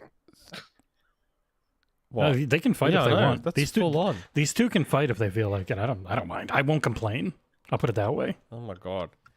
It took. I'll mention that it took 13 months from when it was announced to when it actually happened. Yet I had a guy call me out because Octopath Traveler 2 was a year and a half. That's not much longer than 13 months. Yeah, like- it's not. That just shows you that this shit. He's like, oh, you just guessed that Octopath 2 would come. It's like, dude, I showed him the DM that was my source telling me Octopath 2 is coming, and he still was like, Yeah, they oh, don't care whatever. about I'm like, reality. Yeah, no, they don't care. They just want to complain. That's their Whatever, whole man. thing. man. There's no logic on it, so it's never like you can prove it to people because they're always just going to be like, Well, I don't actually give a shit. I just want to yell at you because you're so handsome. I get that all the time. Yeah, look, I've been dealing with that my whole life. It's painful, man. Jordan Andell whopping- with a ridiculous £200. That might be the super most chat. ever Excuse outside of Tom me. Henderson. Yeah, that's nuts. Why? How much did Tom give us? He did that one time, I think. He did I think a $200. Did he? Tom did 100 memberships, which It's Yeah, 500. so Tom did a quite a shit bit. ton of membership. Yeah, which is like 420 pounds or something. yeah, like Oh, that was really? nuts. Yeah, he went crazy. But No, and Jordan he Andell, gave that is like 200 something silly. in super chats for you to buy a monitor or something. I remember. Oh, that's right, yeah. ridiculous. Which I did not buy. Thank you, Jordan. Excuse me, Rayoid, I can't be having that, which means this is my final super chat for the night. If you are ever near Bristol, let me know. Please send me your Steam sale recommendations. As a relatively new PC player, I'm trying to build up my library. Oh, and everyone give Balatro a try. Yes, definitely give Balatro a try. Brilliant game. Absolutely one of the best. Balatro is Deserved great. its 10 no games matter of what this year. Nick tries to say. Yeah. Nah, It nah. absolutely does. I love that game, but it's not a 10. It is a 10 man. for It's a that 10. genre. For that genre, that type of game, like, yeah, it's a 10. I love It's that game, but infinitely it's not better a than 10. Mario Odyssey. Not even Okay, close. stop before we even go down this No, it's tangent. not. I want to call No, out. it's It's not a super chat, but I just want to read it out for Mr. Zweistein. Are they still running contracts on the COD franchise? I wonder why the older CODs are still not on Game Pass. We were talking about this on headlines earlier this week, and we kind of, and this is all just conjecture, but you got to think about Microsoft's Game Pass slate, right? It's probably planned out now for the whole rest of the year, including their own stuff. And if they were to do a massive Activision COD drop, like boom, here's all the CODs, Kill the other it games. would kill the other overshadow games. anything that's there. So they're probably either going to do a dribs and drabs, like, hey, Yep. this month we're going to give you these, and they'll try and ease you in rather than like a big drop like you saw with Bethesda. Like that's just a Or guess. They pick a month. Maybe they pick a month and dedicate it future. just to the CODs. Yeah, Yeah. because if they have something slow and they can get more in, or if they've got a month like that just doesn't have anything that would really get overshadowed by COD because it's just completely different genres, that can work too. Because COD is a very specific, large fandom. But if you've got a bunch of, like even later this month, you've got Kunitsu-Gami, you've got Flintlock, you've got what the hell else? Dungeons of Hinterberg. None of those are bro shooter types. They are a different Flintlock audience. this month. Yep. I'm reviewing it. Keep your eye out. Okay. Yeah, Flintlock is out 18th. Kunitsu-Gami's the 19th. Dungeons of Hinterberg is 18th or 19th. They're all like right next to each other. But they're It's also going to be busy. they're pretty different games. But and then there's like nothing set for August right now, which makes me think that, they're like, we're going to have so much shit in July and then it just starts up again in September. Maybe we go a little light in August so people can catch up because otherwise it will just be way over the top. This is nuts. But yeah, This is it's nuts. you can have them at the same time as other stuff if they're very different audiences. I think that would still work. Yeah. Thanks so much for those ridiculous super chats. Yeah, It's crazy. Means a guys. ton. Honestly, Speaking and of- this all helps for the Gamescom thing. It doesn't make that counter go up, but it is going in the pot, and it helps so upgrade. much. Like it's crazy. Another super chat. Good old Collingwood. You know why Nick doesn't follow cricket? Greeks don't play it. No, I don't follow cricket because cricket is boring as batshit. Like, if you think about it, especially in Australia, soccer is played by nothing but Greeks and Italians, and I can't stand soccer. I can't stand watching it. Yeah. I like just Australian rule football. It was the one thing I was like, people would say you should be Oh, into mate. football. I was like, if it's Australian rules, sure. That's actually really Australian fun to rules watch. for yeah, Australian rules football is great. Mhm. Yeah, Yeah. it's the best. It's such a great sport. Next up, I'm just picking things out of this list, by the way. I'm not really doing it in any order. Sony talked to excellent video game journalist Stephen Tortillo about Lego Horizon Adventures and why its platform choices are interesting. Now, we don't have a lot to go on here because Stephen's full article is hidden behind his GameFile subscription. So if you want to read the whole thing, go check out GameFile with Stephen Tortillo on Twitter. But he did put a little snippet on a tweet of him asking Sony, like, hey, let's talk about Lego Horizon Adventures, which is coming to PlayStation 5 PC and Switch. I said, why Switch? And the answer was family-friendly, younger audience. Right? Okay, makes sense. Lego game, cool. Why not Xbox? So We're does that mean focused- Astro's coming to Switch? Right. Well, why no Xbox? We're focused on pushing the PS5 hardware to its limits. We don't have anything With to Lego announce about Horizon. Xbox right now. PS4, see the Xbox answer. So they're pushing the hardware to its limits, but it's releasing on Switch. It's like, now I said this in headlines, and there's a reason I'm saying this. Read into that what you will. Insider. No. There's a reason I'm saying it this way. I think there's a certain amount of 3 months, 6 months, whatever the time frame is going to be for this one. I think it is going to come to Xbox, but just a little bit down the line. Probably. This one and Helldivers 2 feel like the two that have a chance for that, I think, especially with Helldivers settling on a lower than they probably were hoping for player count. Destiny 2 has shot up, so they're probably happy about that because the last expansion was good, as I wrote in my friggin' review 900 times. People still couldn't seem to accept a 7.5 is good. Destiny is doing well. Lego Horizon Adventure is probably going to sell a fair amount. The Lego games tend to, even if this is On Switch. one of the It'll weaker probably outsell on IPs Switch. they've done a Lego game for, I think, as far as pulling people in a lot. It'll still probably do fine. And but I think Helldivers 2 could probably use a shot in the arm. So, this one, Helldivers 2, Discussions are being eventually, had on yeah. Helldivers. they discussions probably have want a been Game had. Pass deal to pay I for it or would something. not be surprised. I would Yeah. not be surprised in the least if Sony wants Microsoft to just pay for everything.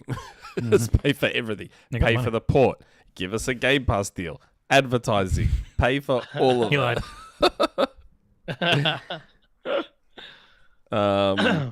Yes. So Lego Horizon. That answer, like I said, execs say what they need to say when they need to say it.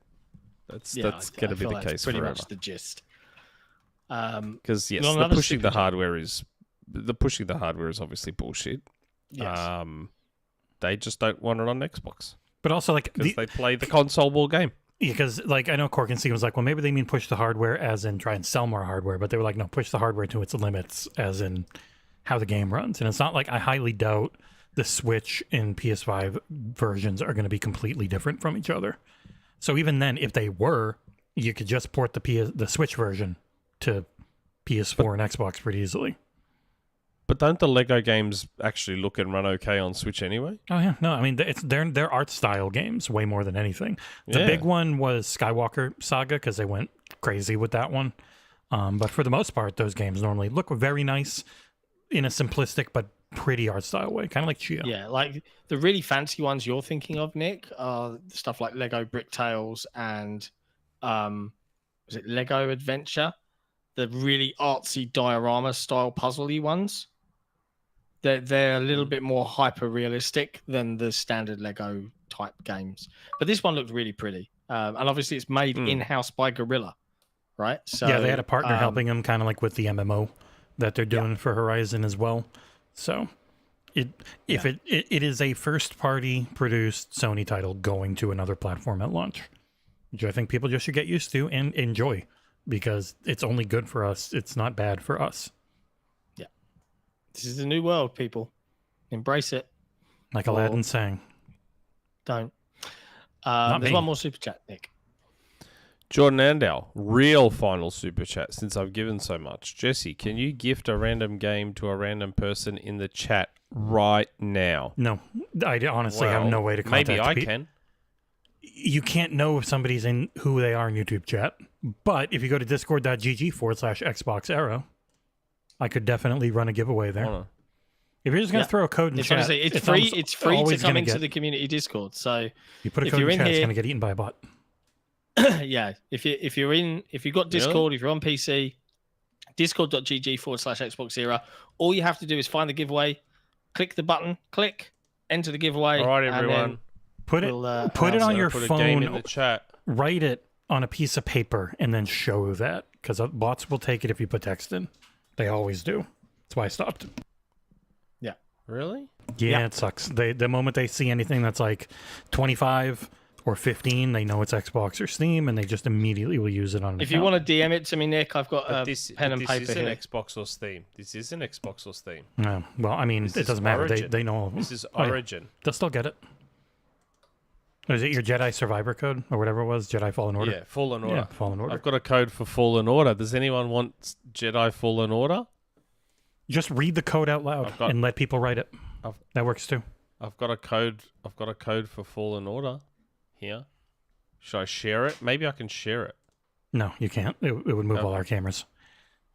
Oh, If you give it to me, if you send it to me in a DM, I will make a screenshot and I will put it directly below you. okay. All right, here we There go. you go. Nice, simple solutions. Yeah. Whilst you guys are doing that, I'm struggling for news here.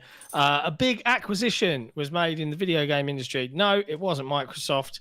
It was some Swedish investment company called EQT bought a massive studio called Keywords Studios for £2.2 billion. Never heard of them, huh? Which is crazy. But they're huge. Yeah. Yeah, they are the biggest support everything studio. Like they are just flipping massive, redonkulously huge. They own a crazy number of companies, like dozens and dozens of them that do pretty much everything when it comes to support. So Yeah, they by have. the way, codes they in the have chat. Codes are not in the chat. Codes on the screen. That's Origin. codes on the screen. Origin PC. That's EA Origin on PC. It's actually Jedi called Does the Fallen Origin still even No, exist it's just it's anymore? called the EA app. Oh, It's called the EA app now, but yeah, it's Mhm. Origin, whatever. Um, There you go. Fallen Order, good game. that's a good point. I'll mention that in a second. JB1521. Didn't Xbox just have layoffs? Yes. I think we know like 3 or dude. 4 people. There hasn't been like a big announcement of them. It's just Yeah. this there's- seems to be the thing that Jason Schreier was alluding to, where they were continuing targeted either layoffs or offering of severance to people in Yeah. different parts of the organization. Because for Microsoft, it was their financial year end, the end of June. So this is the time. Yeah, January and June. yes, some people did get the cut. I haven't seen anything specifically from a specific studio, to my knowledge. But I have seen a few Microsoft people. Yeah. And these might not personnel- even be new. These might be part of the ones they talk about in January. And it just, this is what we're going to do for the rest of the financial year. Like, they're never super clear about it. So, Yeah. it just sucks for any of us. Yeah, It's dog and shit, as but, such, there isn't a huge amount to talk about apart from individual specific cases and like, what can you do? Drake, we covered that earlier on. Because the $1 trillion company's numbers didn't go up enough, and they needed to clear some cap space. what even before the is end of worse, financial year. sometimes they could have gone up even more than they were expecting, but you still just fire people because you can make them go up a little more next time.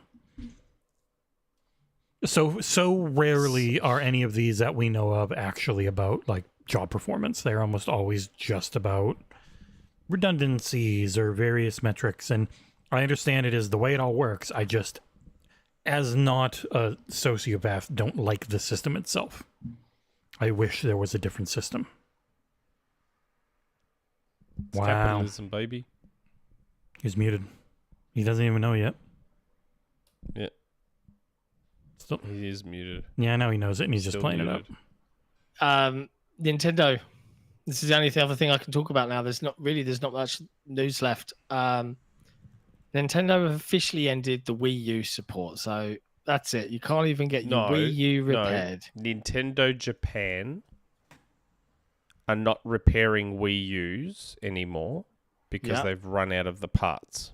Yes, Yeah, they had already ended Nintendo support They on the announced it store last and everything. year. Yeah, they announced it last year that we're going to stop doing this because we can't get the parts, and now they've said now it's over. You can no longer get your Wii U repaired. Japan. I'm assuming that other countries may still be able to. I'm hoping. but yeah, like the Wii U store is already gone, isn't it? Yep. Yes. The Yeah. stores were closed in March. Pirate away. I mean, I'm reading here VGC. It doesn't specifically say Nintendo Japan. Well, I read the tweet, and the tweet said Nintendo Japan. Well, Don't you dare try and say anything bad about Nintendo, John, or he will fucking No. end you. heaven forbid. Favorite I don't- Wii U I- game, Nick? I don't know.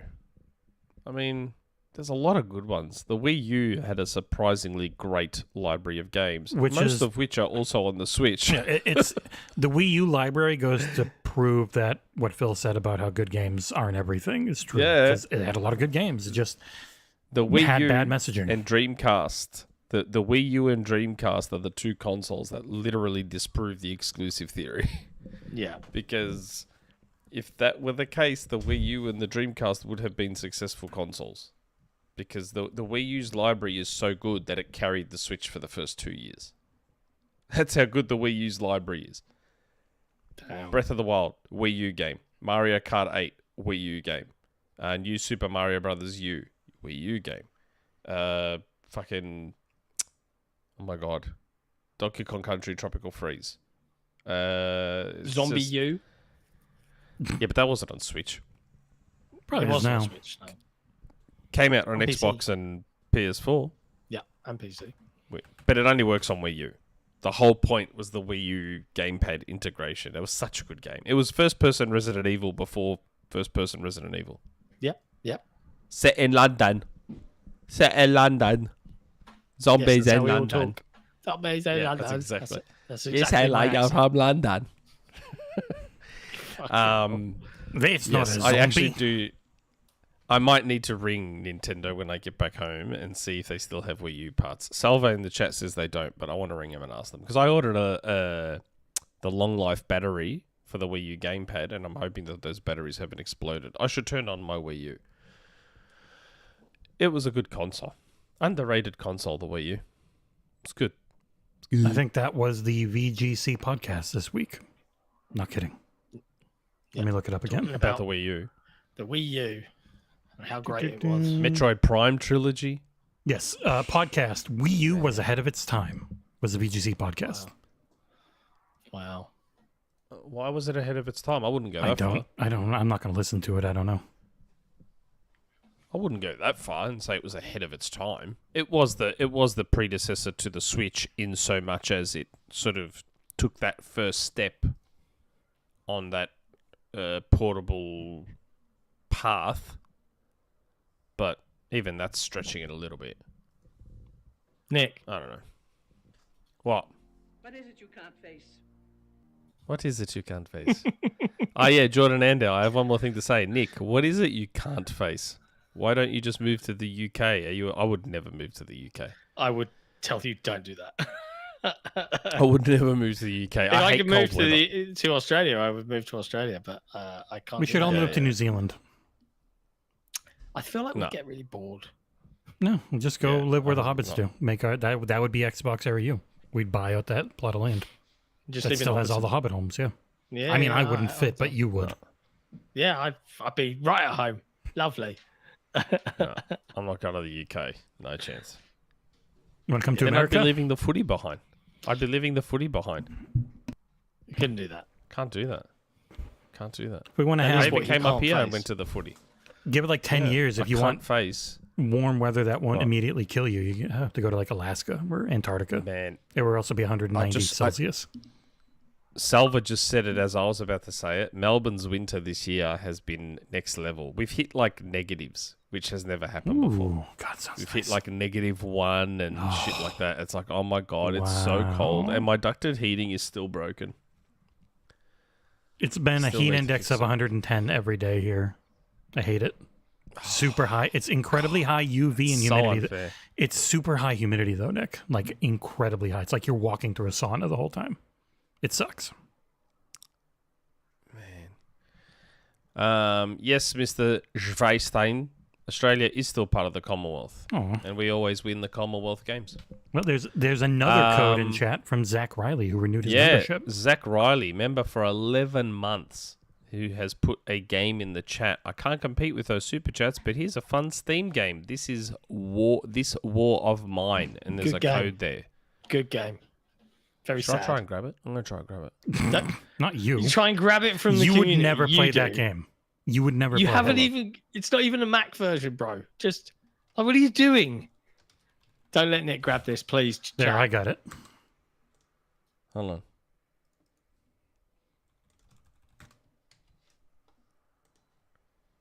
I don't know that there's a less Oh. Nick game. Did I just get it? Tell me you didn't actually redeem that. I don't know. Yes, though, if you put in a code on Steam, it auto redeems. There's no asking to redeem it like with Xbox. It automatically uses it. What the fuck is wrong with you? You don't. It's an RTS. I'll give Zack Reilly. I'll find a game to give Zack Reilly back. He was trying to give. No, he was trying to give a game to someone else. people. And you just taken it.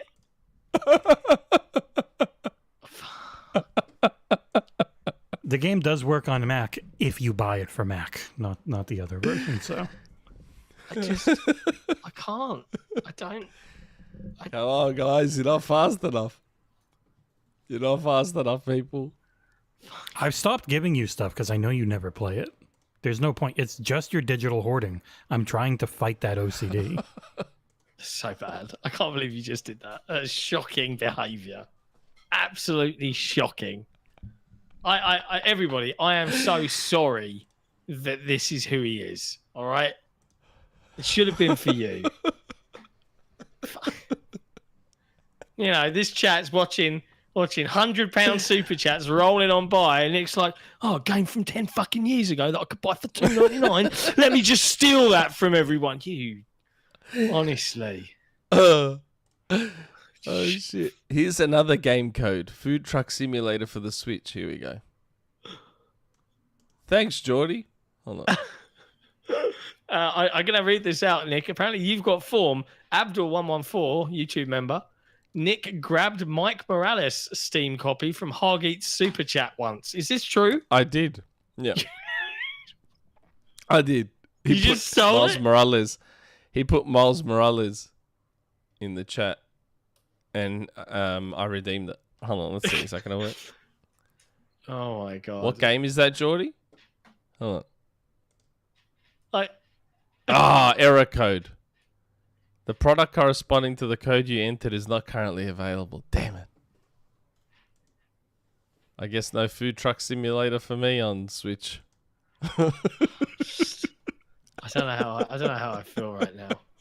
I don't know how I feel right now. I am speechless. it's why I don't want the ID at Xbox codes to go to his inbox. I don't trust him. His OCD is hoarding. It's too strong. Hey, I've hardly grabbed any of those lately. Unlike John, who took Lately. Indika without saying a word. Yeah, I did it. Oh, really? Yeah, I was like, Jesse told I should really play it. And I finally went. always say something. Even just then with Zack Reilly, you saw I said I was doing it. No one beat me to it. No one beat me to it. Jesus Christ. Thanks, Zack Reilly, for that game. It's an honor. That he will never, ever play. I've Ever. served this community well, and I deserve that free game.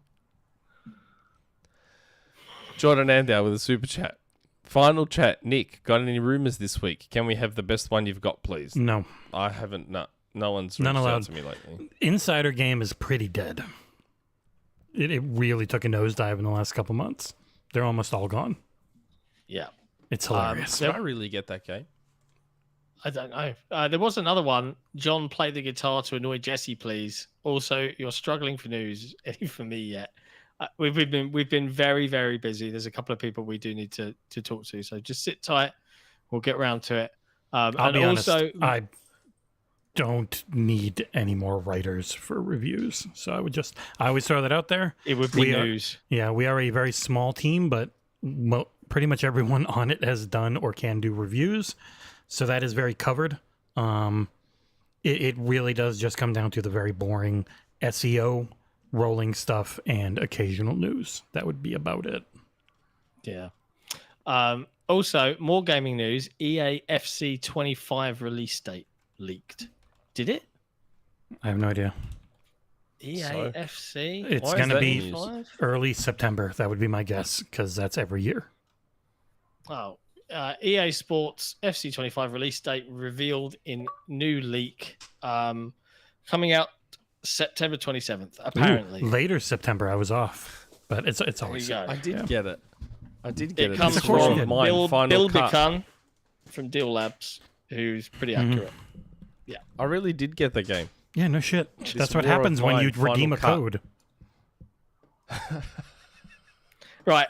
I think, chat, that Nick should absolutely set up when he's back home and do a stream of this War of Mine for 4 hours. On Twitch. To be fair, I did give the community Jedi Fallen Order. Come on. Maybe. There's actually no way to know if anyone used it. It's always one of the annoying things, giving codes away. On Xbox, I can look them up and see, okay, this is now redeemed. But anywhere else, if you try and redeem it, it almost automatically just instant redeems, so I can't check it and see Oh, okay. without accidentally redeeming it. Oh, dear. Oh, man. What right. else is in the news? That's it. There's I think fuck that's all it, else. really. Yeah, like Nintendo That's are it, suing really. some people. They're not really completely against AI. Should we talk about the fact that John and I have a disability? Oh God, you really want to dive into this? John and I both have a pretty severe disability. I have It's quite zero severe. interest quite in this severe. unbelievably stupid and only talked about because there isn't any news topic. Yeah, it's literally. It's an industry term. It doesn't matter Well, what you to actually me, think that's about it. to me that's the news. To me, it's why is that an industry term? It's just talk. So the whole thing is talking about the situational disability of having kids, No, I as know. in parents. You have pausing in games. You have games set up in ways so that people can stop them on the dot Yes, because I they know. eventually have to sometimes just be pulled away from their game. but like, why is it a disability? Because It's not that's a what the word disability. means. I don't know if I agree. That with that. common usage versus what we are used to doesn't actually change what the word means. That is what the word Yeah, means. like we hear disability, we think of someone in a wheelchair or something like that, right? We associate Someone it with a disability, someone with an right? actual disability. That's not they're actual just- not actual. They are all disabilities. That's just what the word means. Common But parlance doesn't but change it's not the a definition. disability. It's an impairment. It's an impairment.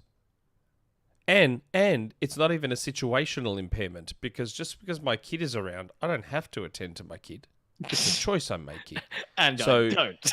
Ergo, That's why I even didn't more want to talk about stupid, this because it's really not e- stupid topic. So It's not even a forced one. No, I got no issue with Alana. Alana used the industry term. I don't know why people were attacking Alana.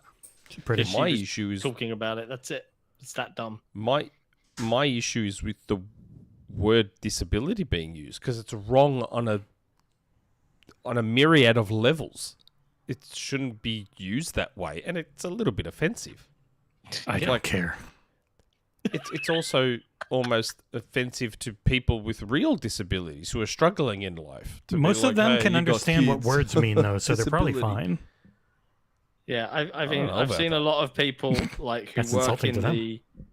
who work in the space of advocating for accessibility say, yeah, it's just a way of referring to situations that require accessibility. That's it. It's just the way it's talked about. That's it. That's It's not- fine. I've got it's no not issue with the terrifying. principle of it. I've got no problem with the principle of it. I understand the principle. It's just that term specifically Yeah, in relation to that.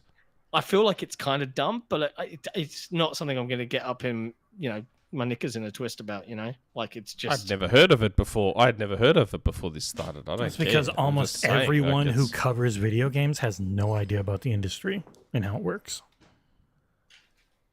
It's Yeah. just weird that, like, I don't know. It's just odd to say. It's like, oh, I have a disability because I have children. But no one would say it that It's way. like- That's the thing. No one's ever said that ever. This is documentation that's talking about. I didn't even know. look at it that I've much. seen 'cause the I thought it was document. It's permanent disability, right? Like, and then situational, i.e., this Yes. is an occasional thing that requires an accessibility solution. That's all it's saying. It's just a I know. word. I just said I don't have a problem with the principle of it. It does feel just think the stupid word to call having just- kids disability. Yes, I just think the word is wrong. That's all. I just think that specific word is wrong in relation to this. I saw When someone there's so many respond more with- appropriate. What? Yeah, I saw someone respond with the word. I think the word you mean is responsibility. Like, Yeah, that's what responsibility, having kids is. impairment, Disability, impediment. irritation. There's just so many other words. And again, it's a choice. It's not like they say situational. It's a choice. As a parent, you can either choose to tend to the child, which means you need to pause your game, or you can choose to ignore the kid and keep playing your fucking game. Because it's, I don't know, it's just weird. Bringing back pictures of like dads putting baby gates around their kid and then sitting there playing games with them in prison. I'm just going to play my game now. Yeah, it's. God, it I was, just used to sit the. It's very silly. I don't know. Half the time, when they were little, I just used to sit them on the lap and keep playing.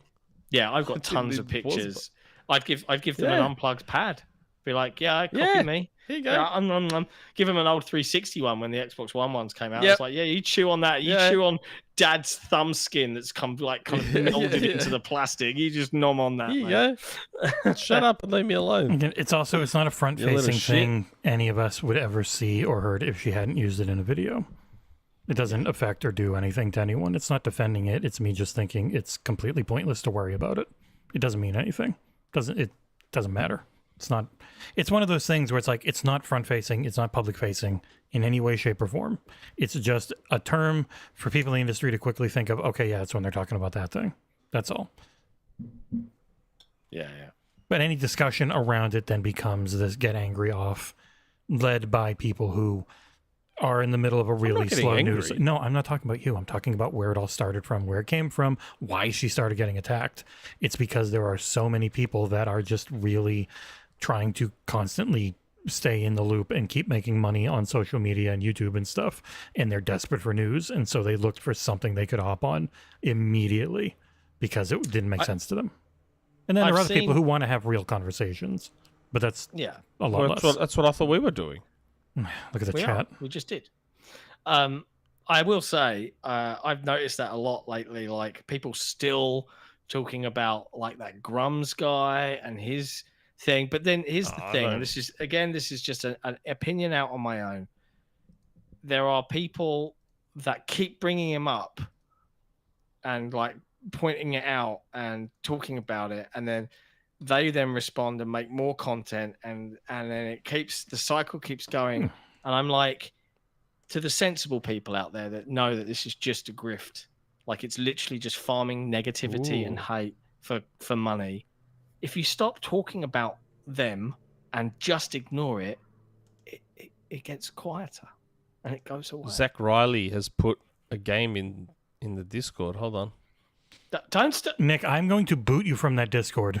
Boot him from the Discord. Don't let him copy it. This is disgusting. Don't do this. Better Nick. beat me, guys. Nick, don't do this. Don't do this, man. Don't do this. All right, I won't. Come on, guys, be faster. Oh my God. Don't get between me and a free game. Jordan Andel, £10 super chat. I love how Jesse says reviews are covered, and I believe him, while he is also juggling 3 of those for review. 4. Someone with cerebral palsy, I firstly find situational disability pretty disrespectful. I can't disagree with you feeling that way. I mean, it is a little bit. Like, it is, like, not just disrespectful to parents of children, but disrespectful to people with legitimate disabilities. Like, I don't know. It's a yucky word to use in relation to that. I think, again, though, if you zoom out and they're talking about how could we make games more accessible, and then they try and put into buckets. But that's it. It wasn't ever meant to be seen by us. You know, it's not something that you, the consumer, should know about. It's talking about how game developers are you think sure you about want to these go things. there? Are you sure you want to go there? What, in terms of how they bracket these things off to think about that problem? No, you said it's something we're not supposed to see. So does that mean any language can be used in No, for God's all sake. kinds of inappropriate... That is twisting my Hold on a words. second. No, I'm not saying, I'm not trying to twist your words, because I've seen people in the chat say it too. So just because it's like the official term and it's something we're not going to see publicly, does that mean that any word is okay to use for anything? No. I mean, we have HR departments for that reason, and there's all sorts of terminology and words that can't be used, and we have all sorts of... I'm struggling to understand your point. Help me out. Well, you're just saying that it's not something we're supposed to see, so what, that makes it okay to use the wrong it's not word? a consumer-facing piece of documentation. So? From their perspective, it makes sense in their world of solving problems by bracketing things in examples of permanent and, you know, situational and whatever other categories they come up with. In that world that we're not peeking over into the fence of, I understand why they've done it that way. Do I agree with using that specific word? No, but I get it.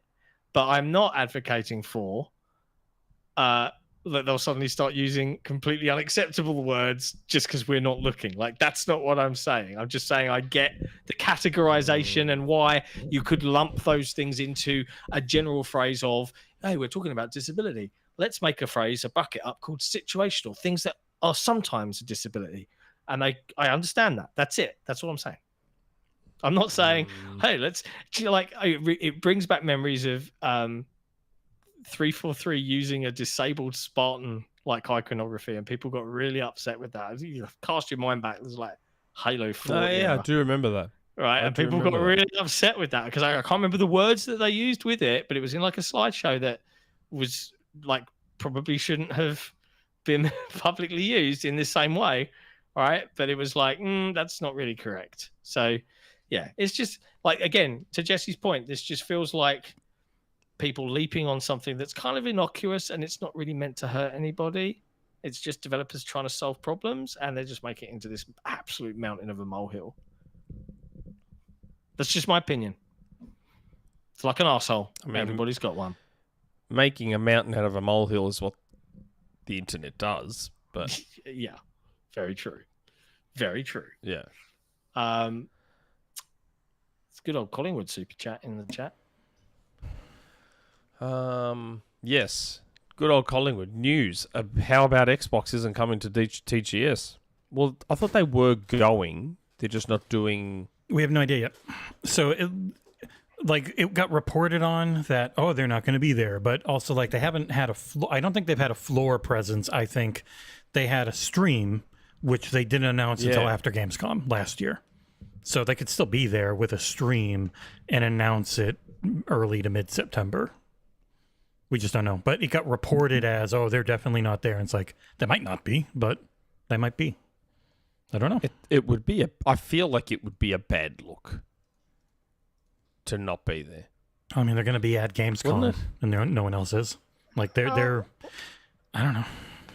What's a worse look? Yeah, they've been at everything. Gamescom, Yeah, like they've been at everything the last couple of years, so it's not like they've missed much. The bigger news is that it's nice that PlayStation's going to be there again, because they haven't been there for 5 years or something. So that's good. Yeah, I would to wait. Me, that makes it even more weird that Microsoft's not there.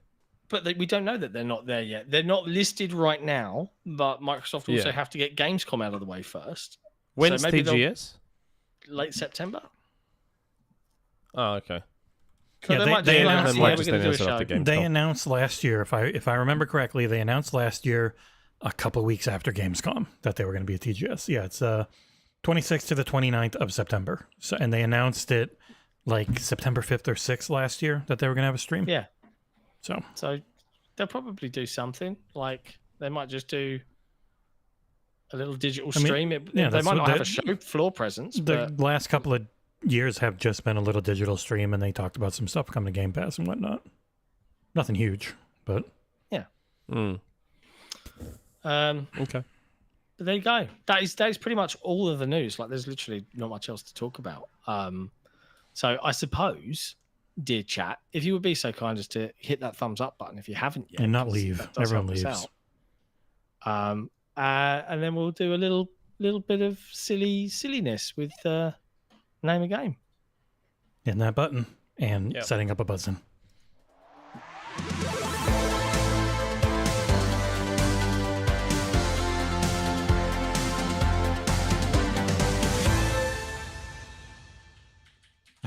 And we are back. I'll put it in private chat. Give me a sec. Boop. There you go. Hello, everyone. It's Name a Game this week. It's Name a Game. Yeah. It is. Go, It John. is. And Go. why do we do Name a Game? Well, we love our patrons. We value them. Well, maybe I don't, but I know certainly Nick and not a Jesse maybe. do. As a reward for our wonderful patrons, we like to challenge ourselves and maybe act as their champions to win them a game code. So every week we play some form of silly game show like this, where we answer some sneaky questions from Jesse and try and win our patrons some game codes. This week, you are playing for Nick. Let me open the window again. I'm on one screen now, which is very Oh, disorienting. okay. Do you want me to just do it? I've got him here. I am playing for Brian G. And John is playing for Andrew McGregor. Ooh. All right, Jesse. What's the theme this week, my man? God, how am I going to do this? Games that have recently released in July. So, like the last 4 years or so. These games released in July. Wow. Okay. Cool. I mean, not the craziest thing, but Apparently it is you a played thing. the what year, my dear intro. Oh, I forgot to change it. Give me a second. Because I use the same stuff for everything and then completely forget to change most of it. Boop, boop. Yeah, what year, my dear? Name a game. There's Name a Game. Okay, hitting the button.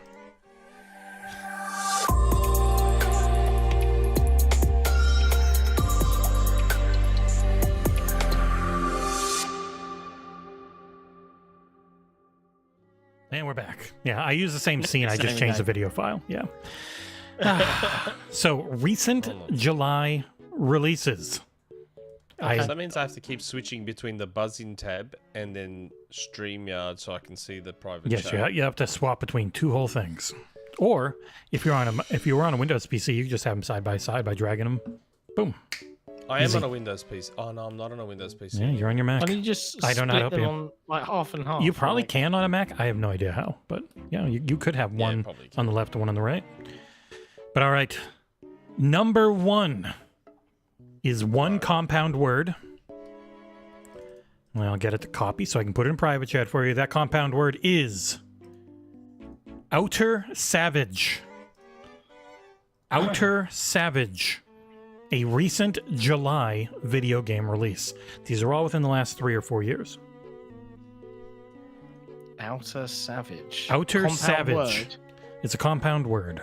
One singular thingamabob. So it's one. The actual game name is one word. Mm-hmm. Outer Savage.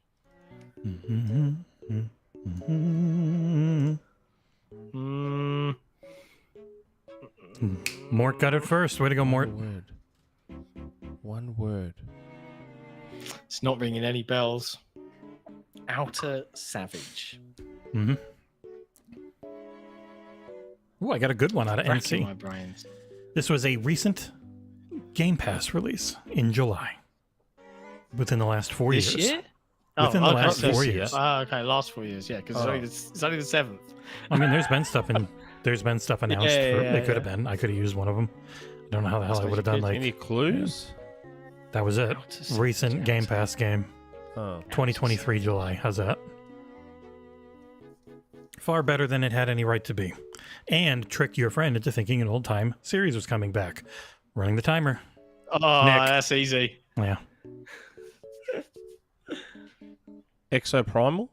correct. Jaw muncher clue, eh? All right. Nick is up 1-0 on his way to a easy victory. Yep. Or is he? It's only the first one. Yeah, but you're playing John. All right, next one is one compound word and then a number. I just gave you the number because don't know anyways. It is choose least 4.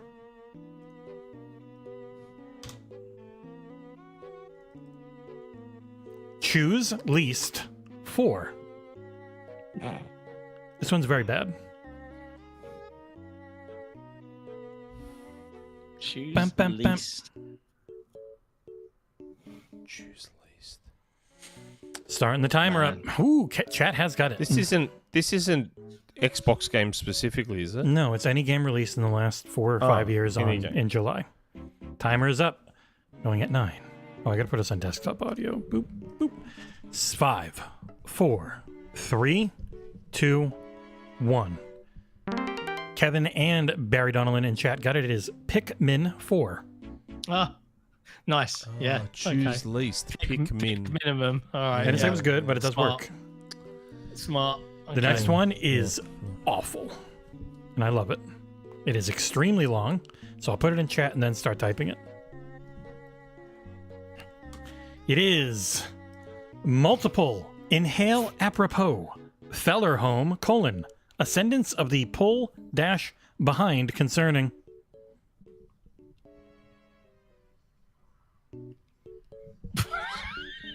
So how many words is this game?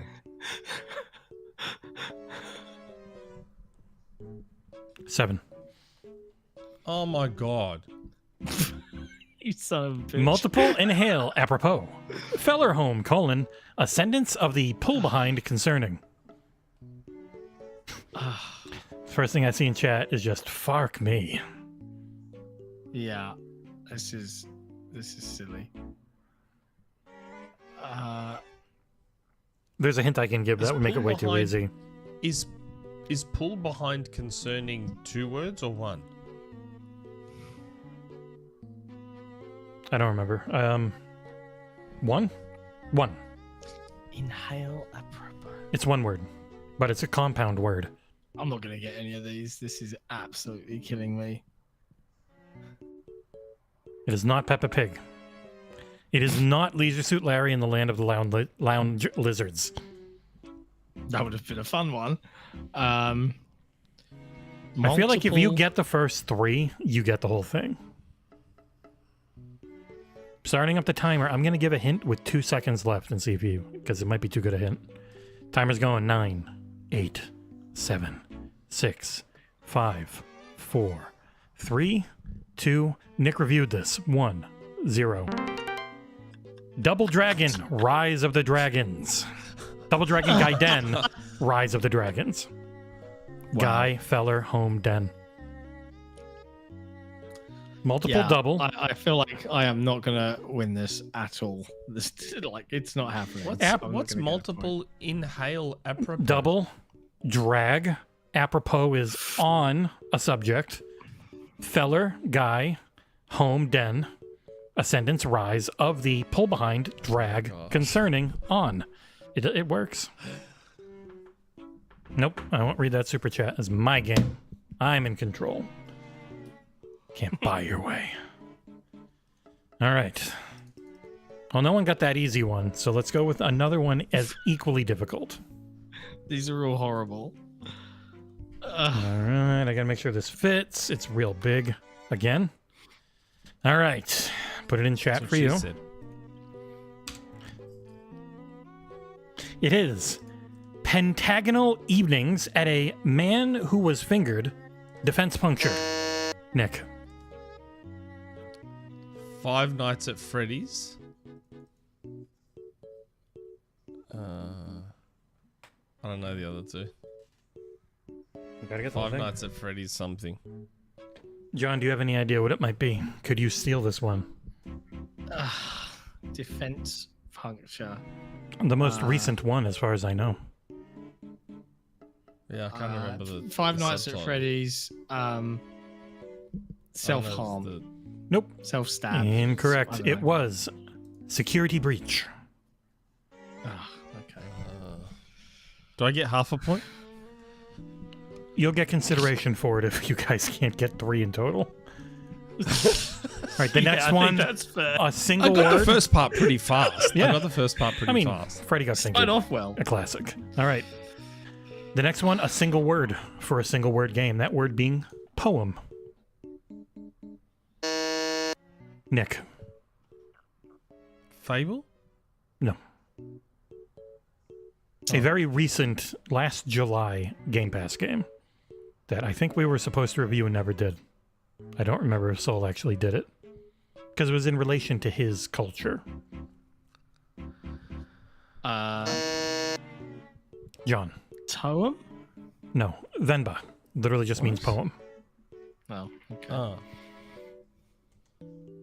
I was on the right track with Fable. Yeah, that could have worked. Potentially. Could have. But it was So I Venba. was sort of, in a weird way, right. No. In a roundabout way. Next question. 2 words, those words being elude, college. Elude, college. Oh. Elude, college. John.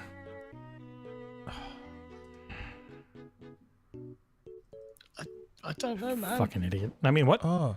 I don't know if this is a game. Well, the thing I'm talking about is definitely a game. Nick, what is your guess? No, John's pushed Oh, the button. John. John, what is your guess? I played this and I love it a lot. It's Escape Academy. Correct. I was about to say Escape University. You would have been really close. I was about to say Escape University. Like, Yeah. Do legitimately you know what's was funny? about to say I was that. like, Escape University. And I was like, no, John, you played this. It's Escape Academy. Like, I had Kind the of like same thought. I just grabbed one you did. I grabbed one Nick did with Double Dragon. All right, the next one. 3 words. Those words are, as I clear the buzzers, while twilight descends. While, oop, Sycamechanico. As Dusk Falls. Correct. Oh, yeah. All right. John's taking a commanding 2-1 lead. Shocking. Commanding. You've got 33% more than he does. All right. That's true. That's pretty For commanding. a potential tie or a potential win. The next one is 2 words, those words being demises portcullis. Demises portcullis. I reviewed this one. That doesn't help Nick. He doesn't pay attention. Nick. Death's Door. Correct. We are tied at 2. Nice. I said my hint didn't. Not that you couldn't get it. You know the game. Just that my hint wouldn't help you. He didn't even need it. Unlike John, who loves the game and couldn't get it. All right. Love that game. To break the tie or make me start sweating because I only have one more after this. It is 4 words. Those words being Skipper Frog's Riches Finder. Skipper Frog's Riches Finder.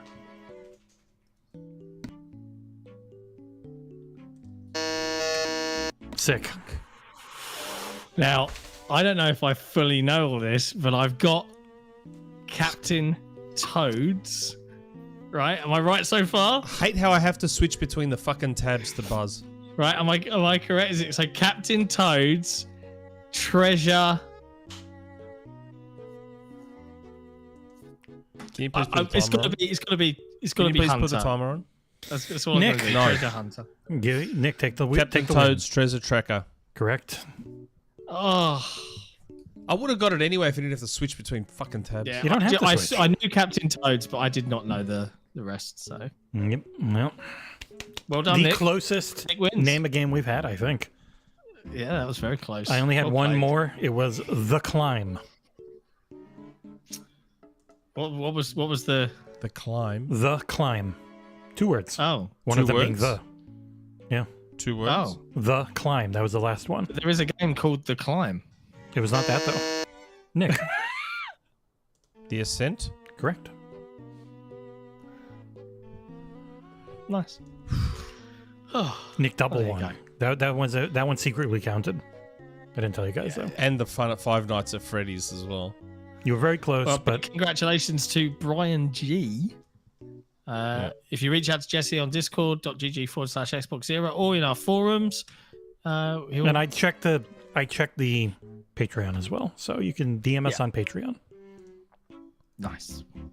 All right, and with that, we'll move over. Hang on, there was a super chat whilst we were playing. I think you said you were not reading one out or something. Did you see that, Jesse? I think you said the way he added the I think you said. What? Jordan Andell. Oh, that's right. Jordan's name a game. Category, live service, one word, because game names are weird. Previous non-compliant. Jesse, I think this should get a point. So the game, the name is live service, one word, previous non-compliant.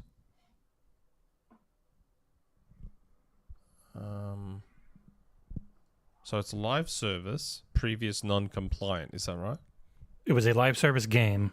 The one-word name is previous non-compliant. Previous non-compliant. And it's a live service game. It's a live service game. Previous non-compliant.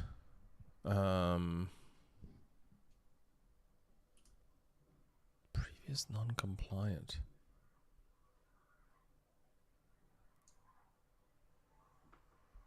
Don't know.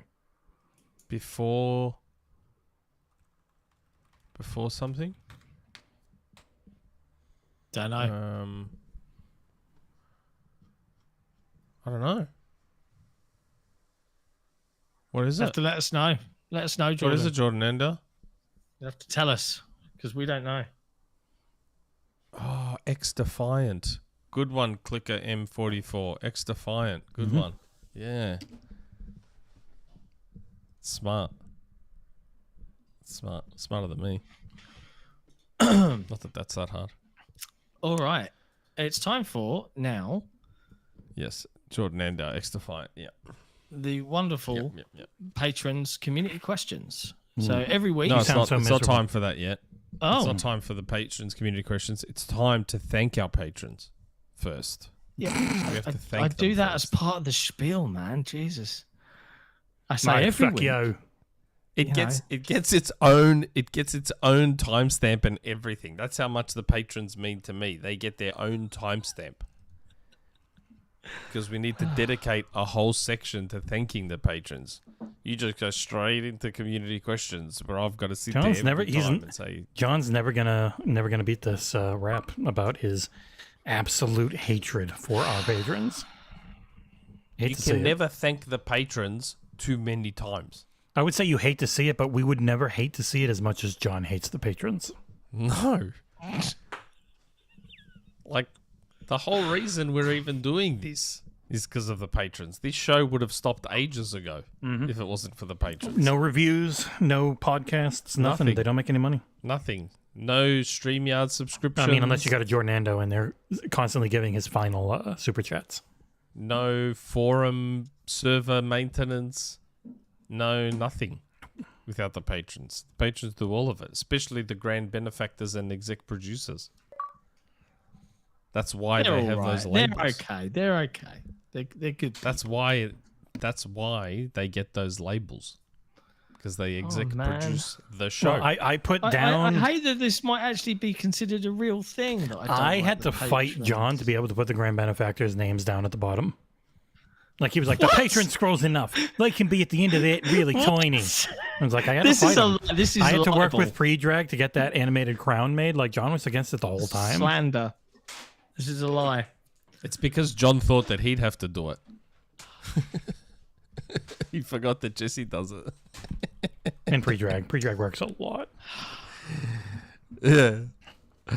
Now I'm just sad. That's funny. Ooh, I'm working on a So, secret yes. project that might make us all millionaires. So get better. Yeah, bad. Thanks to the patrons for all Yeah. their support and making Yep. all of this possible. I did make an And- AI song about how mean everyone is to John about the patron situation. So I'm playing both sides. I'd especially thank the patrons for potentially allowing me to fly premium economy, if possible. Don't do it, patrons. All right, I'll hate you even harder If you did that, that. counter goes to like 12 grand, sure, we'll do it. And If that thanks, PayPal counter Zack just Reilly. flies up. Mortgage your homes. Thanks to Zack Reilly, member for 11 months, for this War Is Mine on Steam. Fucking dick. Absolute prick. Did anyone grab the one in the Discord? Let's see. God, no, let's not see. You don't need to see. If it redeems, Stop it. if it redeems, Stop it. Stop redeeming codes for other people. Jordan Andal, Terran4517 said, "See, I won't take it because I don't use Steam." So that's one person that didn't take it. Giving you plenty of time, guys. Jordan Andal's with another super chat. Put a Jordan Andal tier on Patreon, I dare you. We'll put one in the middle somewhere because we can't go above Grand Benefactor. Like, no one will ever go above Twin Raptor, no matter how hard you try. yeah. I'm going to push the continue button. Can't be time, and he's been around and insane forever. So, a Jordan Andal tier. What level would that be? We can't go above Grand Benefactor. Like, not allowed legally. it's like you can't go against the kings. You said, "Do I get a time to thank Jordan?" Yeah. As soon as John I get always. that ticket, I'm John. I premium was gonna say economy. John. Get what we want. I was gonna say John always goes with the timestamps. Like, no, of course he's not doing it in timestamps. He doesn't even know how to write. Nick always goes through the timestamps and makes sure to thank everyone who sends us a nice support thing. He'll even put what your super chat was about because he's a fucking maniac. Yeah. With terrible OCD. Sometimes I even break down super chats, mate. Relentless. It's beautiful. Relentless. It's the only work he does for the site, but it's good work. Solid work. It's high quality.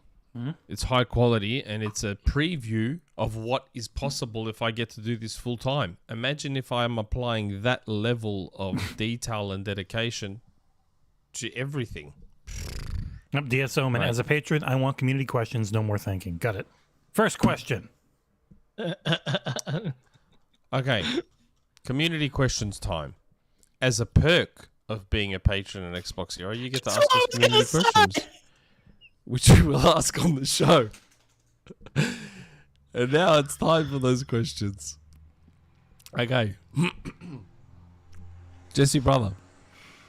Welcome back, you dedicated skinny-legged Aussie Greek. I never doubted you for a second, or wanted you replaced by some Canadian goof. Honest, totally. My question this week is for Jon and Jess. No one could replace me anyway. My question this week is for Jon and Jess. If they made a game based on the Boys IP, which genre would you like it to be? I didn't ask Nick because I already know he'll just say a fighting game, which is so friggin' boring. And not to get political, but congratulations on the voting result this week, Mr. Clark. Thanks. Crackdown. I don't know if I'd want the Boys to be a fighting game. We've already got Mortal Kombat with that sort of stuff in it. Like Mortal Kombat is the Boys fighting game. It even has Homelander in it. I picture more of a character action game, like a third person. You know, either you play as the Boys and you've got to do a lot of stealth and avoiding the soups. Ooh. You know what?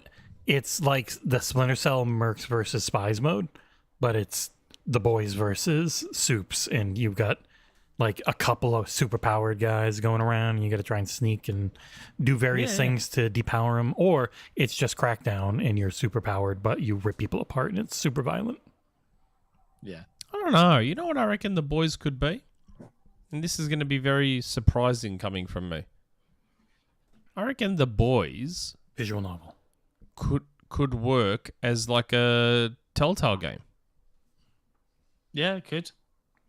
It could. I mean, I do feel you are disrespecting our patrons straight out of the gate here because the question was clearly just labelled as...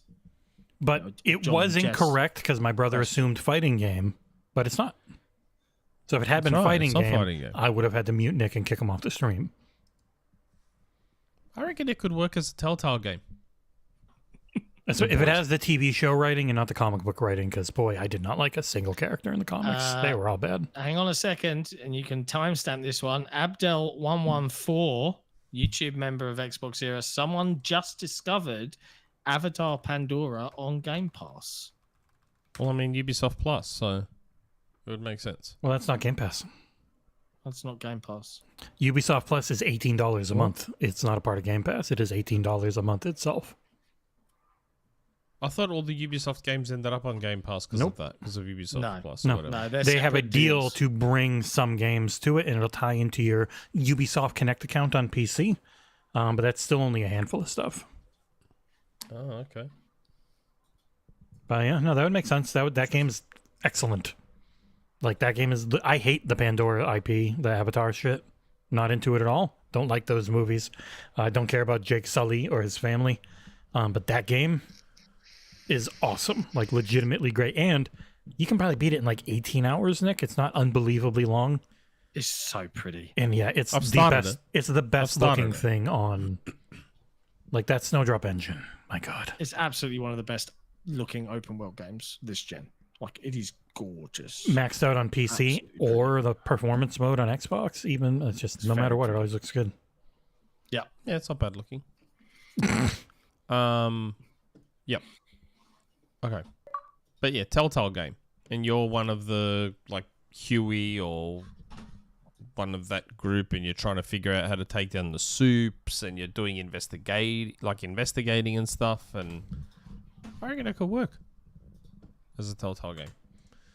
John, I'm not kidding. You should start writing up that news story. You'll get a ton of hits. Yeah. I know it will. Hytham G. So, John, you said you don't sunburn, but correct me if I'm wrong. You said you don't get cold burn, because if you don't, I'm amazed you got very tough skin to resist those two things burning your skin. Otherwise, a correction on the part where you don't get cold burn. P.S. Jesse, I hope you had a great 4th of July, because I did when it comes to burgers and hot dogs, lamb ribs, and the Italian rice balls, along with red, white, and blue desserts. Italian rice balls, you mean arancini balls? Arancini balls. No idea. But yeah, had a good July 4th. Italian rice balls are the arancini balls. So, John, how do you deal with sun and cold burn? I don't think I've ever Or do you... suffered from. I've never heard the phrase cold burn, like chilblains. Really? You mean? Like, yeah, just like where you're so cold you get chapped lips and you'll get like red cheeks from the cold. Well, yeah, you can get cold burn as well. Yeah. Like, no, it doesn't get that cold here in the UK, so I've not been dropped into Arctic conditions to do any live testing. I'm sorry to say, or perhaps not sorry to say. So I don't think I mentioned cold burn though. Yeah, but I've never come away. Yeah, I've played in snow, but like I've never been skiing. You know, like I have. I'm going to Colorado next year, so they've got some good mountains and skiing there. So maybe I've been skiing. Be a good time to test it. I imagine I would be completely useless at skiing. So no, I was quite. I picked it up like a natural. I was quite good at ice skating when I tried that. But if you're good at ice skating, then theoretically you should be fine at skiing. A lot of it transfers.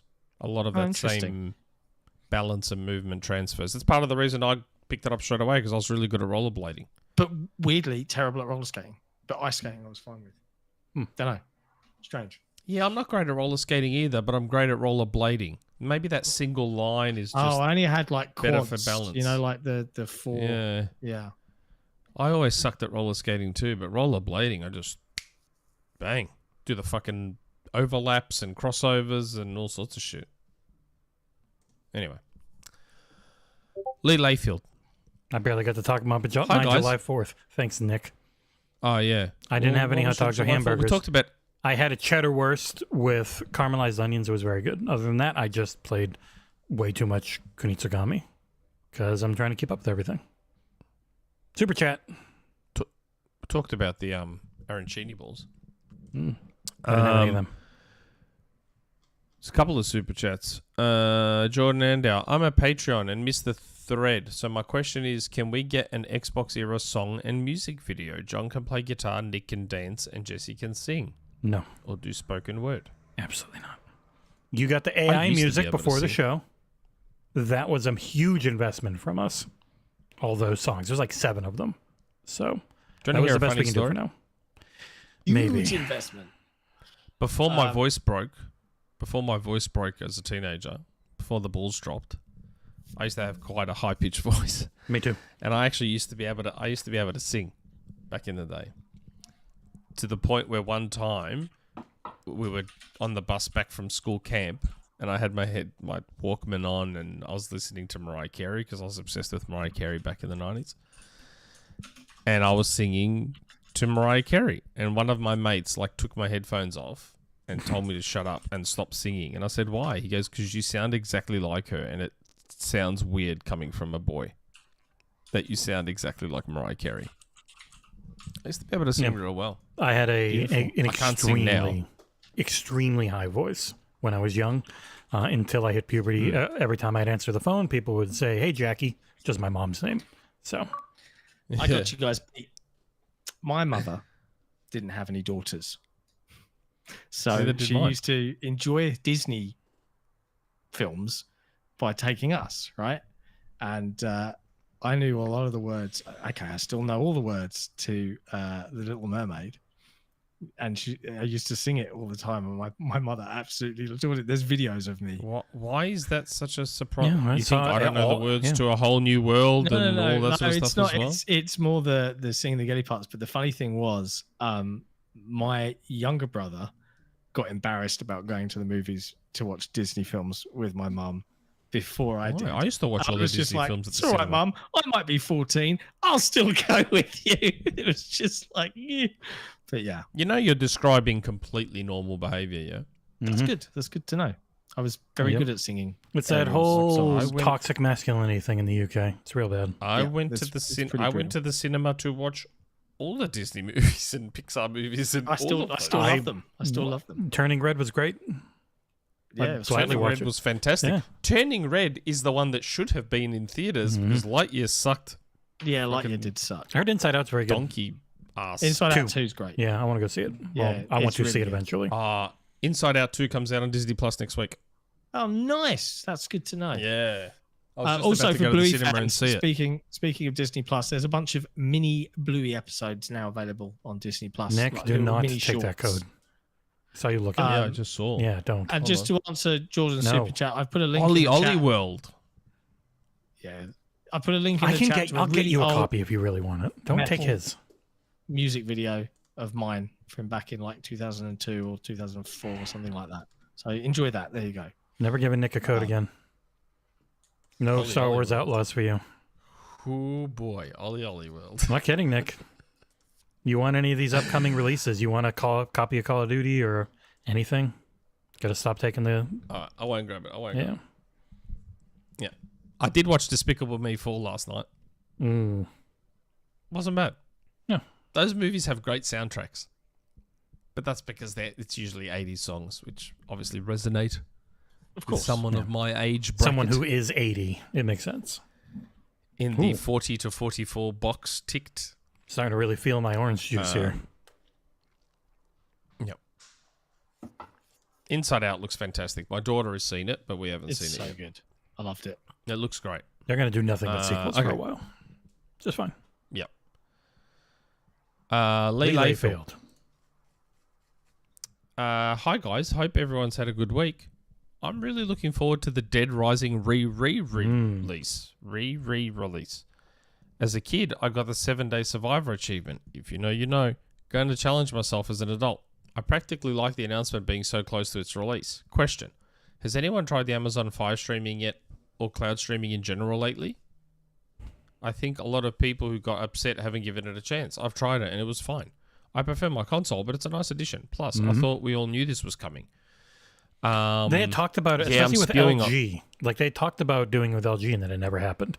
But the Amazon one Yes. was surprising because Amazon has their own cloud gaming service. So that was that. I think That that's was what caught weird, more 'cause- people off guard. I had been told it was coming to LG TVs before they announced it. And then lucky I didn't say anything because where the hell is it? Still It waiting. never came. Yeah, Yeah. Yeah, it's one of those weird things where one day the app will just show up. You watch. It'll just As an owner randomly of just lots show of up. LG tech, I'm a bit irked that it's not Yeah. yet on my TV. My OLED, I've got the LG OLED. I mean, my Xbox is hooked up to it, so it wouldn't need it, but still. But I've tried cloud gaming lately. That's what I've been doing up here because I don't have one of my series consoles up here. So I've been using, my dad's got a bunch of Samsung TVs here that all have the Xbox app, and I've been using xCloud and NVIDIA GeForce Now. Gotta say, GeForce Now beats it. oh yeah. I mean, it's much Easily more. beats it. GeForce Now is different too because it is piecemeal. You have to buy everything. So I do think people will just like the fact that you. What do you mean you have to buy everything? Well, with GeForce, you have to own the games. Oh, yeah. Yeah.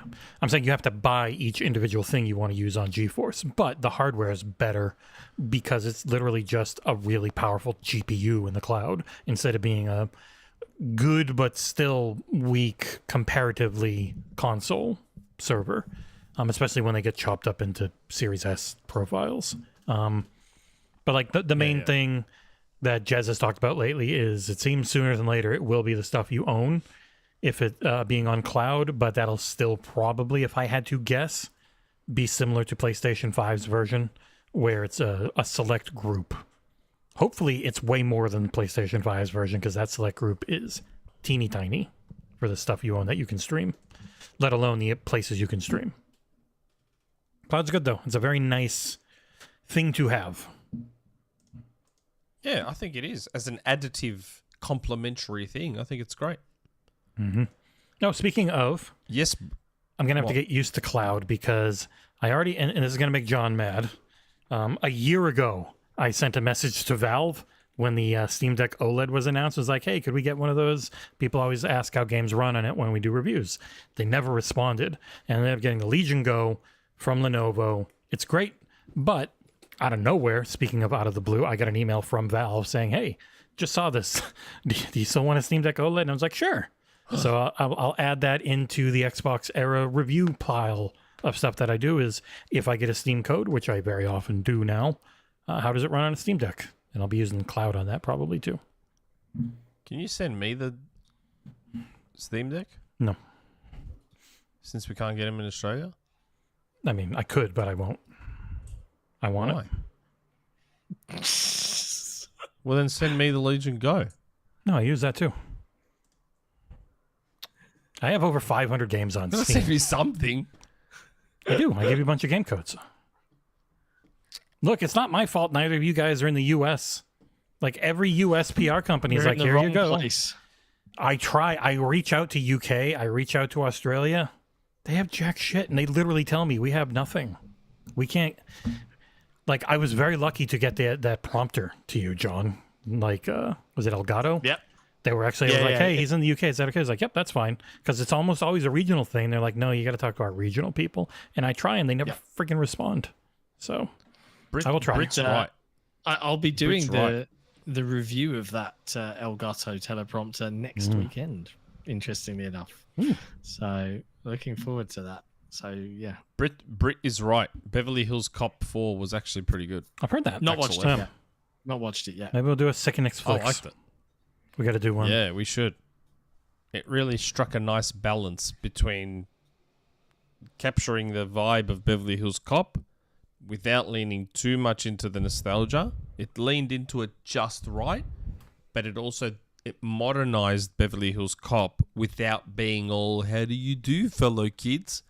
Like, it's not like it was just full of references to Instagram and shit like that. Like, you saw one scene where he's driving along Beverly Hills, and it's a throwback to the old scene from the original Beverly Hills where he first gets there, and there's like this mother with their child taking photos for Instagram, and that's like the only reference to modern day society you really see. I thought it was well done. And I have to say, I have gotten Changus a lot of stuff to review, but he is in America, so it's a lot easier. But he's in Jordan Andau. Do you still make music, John? Also, I'm now lurking, going to play Elden Ring and try to figure out where to go, what to do. Do you still make music, John? No. I still play guitar and enjoy doing it and having a good sing-along and stuff. Like that was, if you watched that video, Jordan, that was me singing my best heavy metal voice.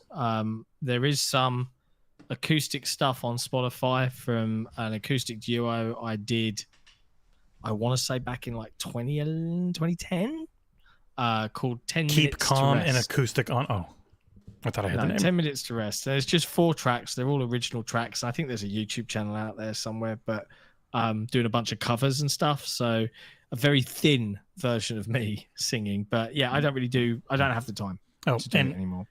Speaking of John and trying to get him things, if anybody has any PR contact with Asus, I've been trying really hard to get in contact with them because that guy way over there, not the one in the middle, he would hate it. The guy way over to the left would love to review the ROG Ally X. He'd love it. Yes, I would. Yes, I would. I've been trying. I cannot figure out how to get in contact with them.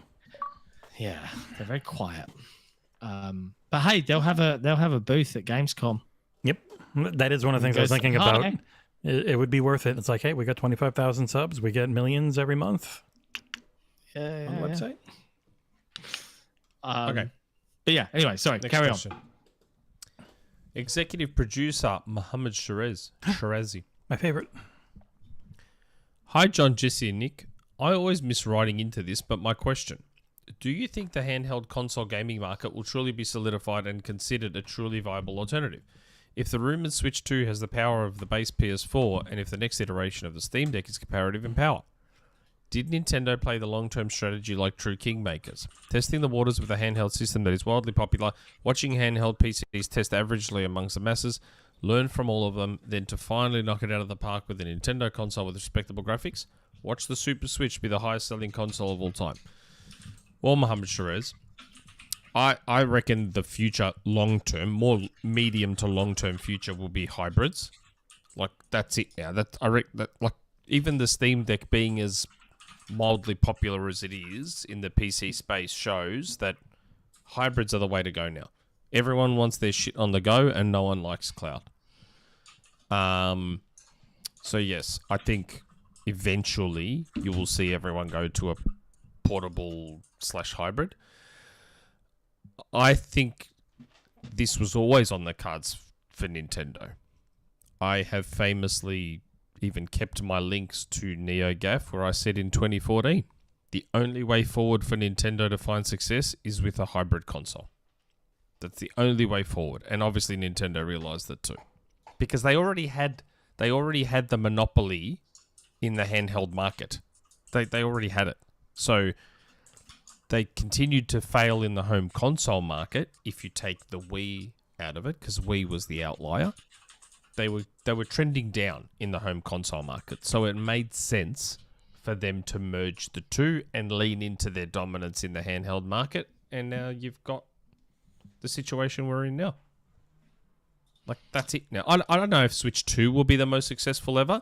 Switch 1 will. It's going to overtake the PS2. Thank fuck. Not if they keep finding more Switch 2 sales magically. What? Didn't their numbers went up recently on Switch? You're talking about PS2. PlayStation 2. Yeah, sorry, PS2. Yeah. As soon as Nintendo gets close, Sony suddenly looks under the couch and fires a bunch of PS2s that they sold. Released like another million in Southeast Asia. Yeah. It's like, oh, look, now we're at 165 million PS2s. It's like the Switch is going to pass the PS2. Let's be serious. I don't know if the next Switch will sell as well as the first Switch. I don't know. The Switch is the outlier for Nintendo. Like, it's not the norm for them. So they can still be unbelievably successful and be nowhere near it. Because, like, their costs aren't crazy. Their costs aren't going to rise a bunch. And it might hurt them long term because people are just going to now start thinking, well, the smallest a game sells for them is 25 million. It's like, well, that wasn't always the case. Like, that is this gen, really.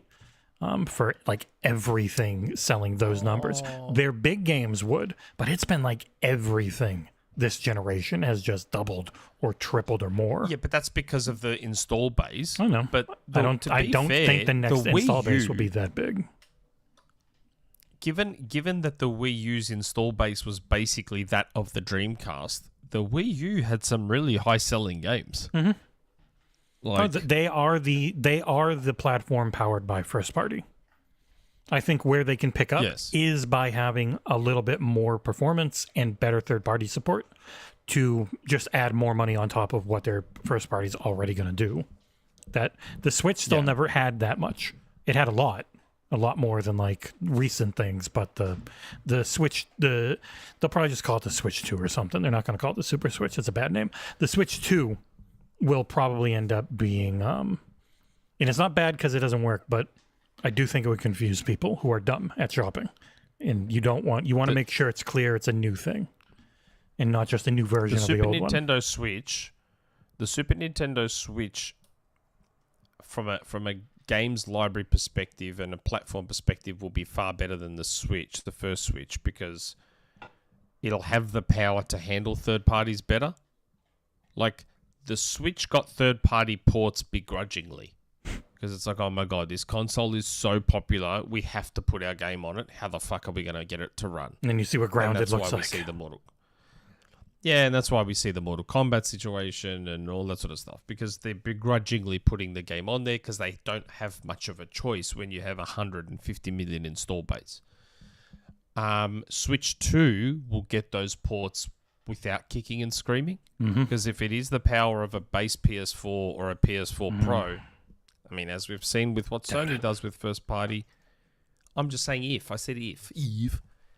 If it's the power of a PS4 or PS4 Pro, you've seen what Sony gets out of that hardware. Imagine what Nintendo could do with that sort of power. I mean, like, maybe base Xbox One or PS4, but like even one of these at $700 is not coming close to what most of the older consoles could do for more than an hour. Like, if you want to actually get the performance out of them, it just destroys the battery. And they are going to err on the side of... That can lower some resolution settings. That's not changing everything else. Like, I can drop down to 800p and have AMD FSR running everything at 540p natively and upscaling it, and it'll still die in an hour. Like, once you're starting to push wheel power in a handheld, you're not going to have much battery life. So unless they really go hard on the differences between docked and undocked mode, I don't think they're going to push that hard because it doesn't make any sense with the way batteries work. Does anyone else find it insane that battery technology hasn't evolved in 30 years? It has evolved, just not nearly as much as we need. It is better. Yeah, I mean... But it's not great. I'm sure it's being held back intentionally. Well, it's just probably return on investment stuff. If you make them too good, people stop buying them as often. That's what I'm saying. Like, there's no reason to improve battery life, because if you make batteries too good, then devices last longer, which means you're not buying a new phone as often, you're not buying a new laptop as often. Yeah, it's like why your fridge and your dishwasher break more often, because everything's cheaper plastic, because they want you to buy more. The built-in obsolescence. It's bullshit. We need that kid from Night and Day. We need that kid from Night and Day to invent that battery that never runs out. But it like overheats and explodes if you don't stick it in something to use it. Seen that movie? Tom Cruise? Cameron Diaz? Night and Day? I've heard of it, I've never seen it. It's a good film. Yeah, I've seen it. It's terrible. Sorry, I'm muted because I'm typing a lot trying to write this article up. Why is it terrible? It was... Okay, terrible is a bad word. Mediocre. Average. Boring. It's a fun movie. And it has that... Fine. Paul Dano? Is it Paul Dano? Is that his name? Yes. Riddler? Yeah. Riddler in the new Batman? Yep. Paul Dano? Yeah, Paul Dano. He's in it as well. Night and Day. He's the scientist. Have to call this out. Magnum, the stupidest band name you've ever heard. Yeah, it was come up with because the car we parked in while we were trying to come up with the band name was like right at the top of the multi-story and the lift was broken. And we got all the way up there and we'd been talking about band names all day and we got in the car and we were like, just need 10 minutes to rest. And it was like, oh, let's call the band that. And that was it. That's how it came up with. So yeah, it is terrible. Almost as bad as XboxEra. I know. Who thought of that? Ugh. Yeah. Mistake. Jordan Andell. I mean, if they re-released PS2s, I'd buy one today. If they did a PS2 Mini, they could count that as PS2 sales. They probably I'd would. buy a PS2 Mini. And they count it as a PS5 sale. Like the PS2 the PS2, the final designed PS2 was already tiny as fuck. I'm sure they could get that tech down even further. Jordan Andell. We've had what is it you can't face soundbite. Can we get a Delia Smith? Delia. Let's be Avenue soundbite. It's hilarious. Look it up. I don't know. No more sound bites for Nick. He already abuses them too much. Man, I haven't even used it once today. Yeah, but you use it in the past. It's too much. I don't make the rules. Man. What is it you can't face? That is brand new information. Oh, that's a good one. Information. Okay. Next. That was a good question. Didact bruh 3. Hi everyone. Awesome to see the trio back together. It's kind of rare nowadays. That's because John never jumps on. He's off So next my week. question, is he really? Yep. Oh my God, why now? You know why? You just forget. It's a legit Yeah. reason. I'm working, Nick. It's for the site, for the thing. Having a bunch of people over to test the thing. We've talked about it. So my question, if you could change one thing in a game genre you don't particularly enjoy so it would appeal to you more, what would it be? P.S. Ever since I started following the podcast, Nick seems way more right than not. I'm still waiting on Rise 2, though. You got a good batting percentage I've on always your been- insider stuff. I've always been more right than not. People just choose to see it the other way. And there's also a bunch of stuff people forget about, haven't been following me long There's so enough to many more questions, realize. Whole bunch of shit. So if you could change one thing in a game genre you don't particularly enjoy so it would appeal to you more. Make open world games less bloated? I guess. They're not so bad lately. Like, it's always one of those things, like, I guess it would be more, don't let there be bloated open world games, even though those are the ones that end up selling the best most of the time. Like, people say, I hate them, but then Assassin's Creed Valhalla sold the most by far, and it is the most bloated. So much of it comes down to, like, it's just personal preference. What do you want? I get that. But at the end of the day, all the trends so much of us hate are the things that work. Like, UIs in games look terrible, but they look that way because it works. It drags people in. They all look similar. People are like, this is where I go to buy my shit. And then you get a game that tries to be different, like Suicide Squad, and it didn't work. I didn't think it was particularly good, but it was also really hard to tell where shit was half the time once your seasons came in. So everyone just uses that same Fortnite and Destiny model and Rocket League, where it's just this bar you go across and you see all the shit. Yeah. God, a thing I wouldn't want in a genre would be...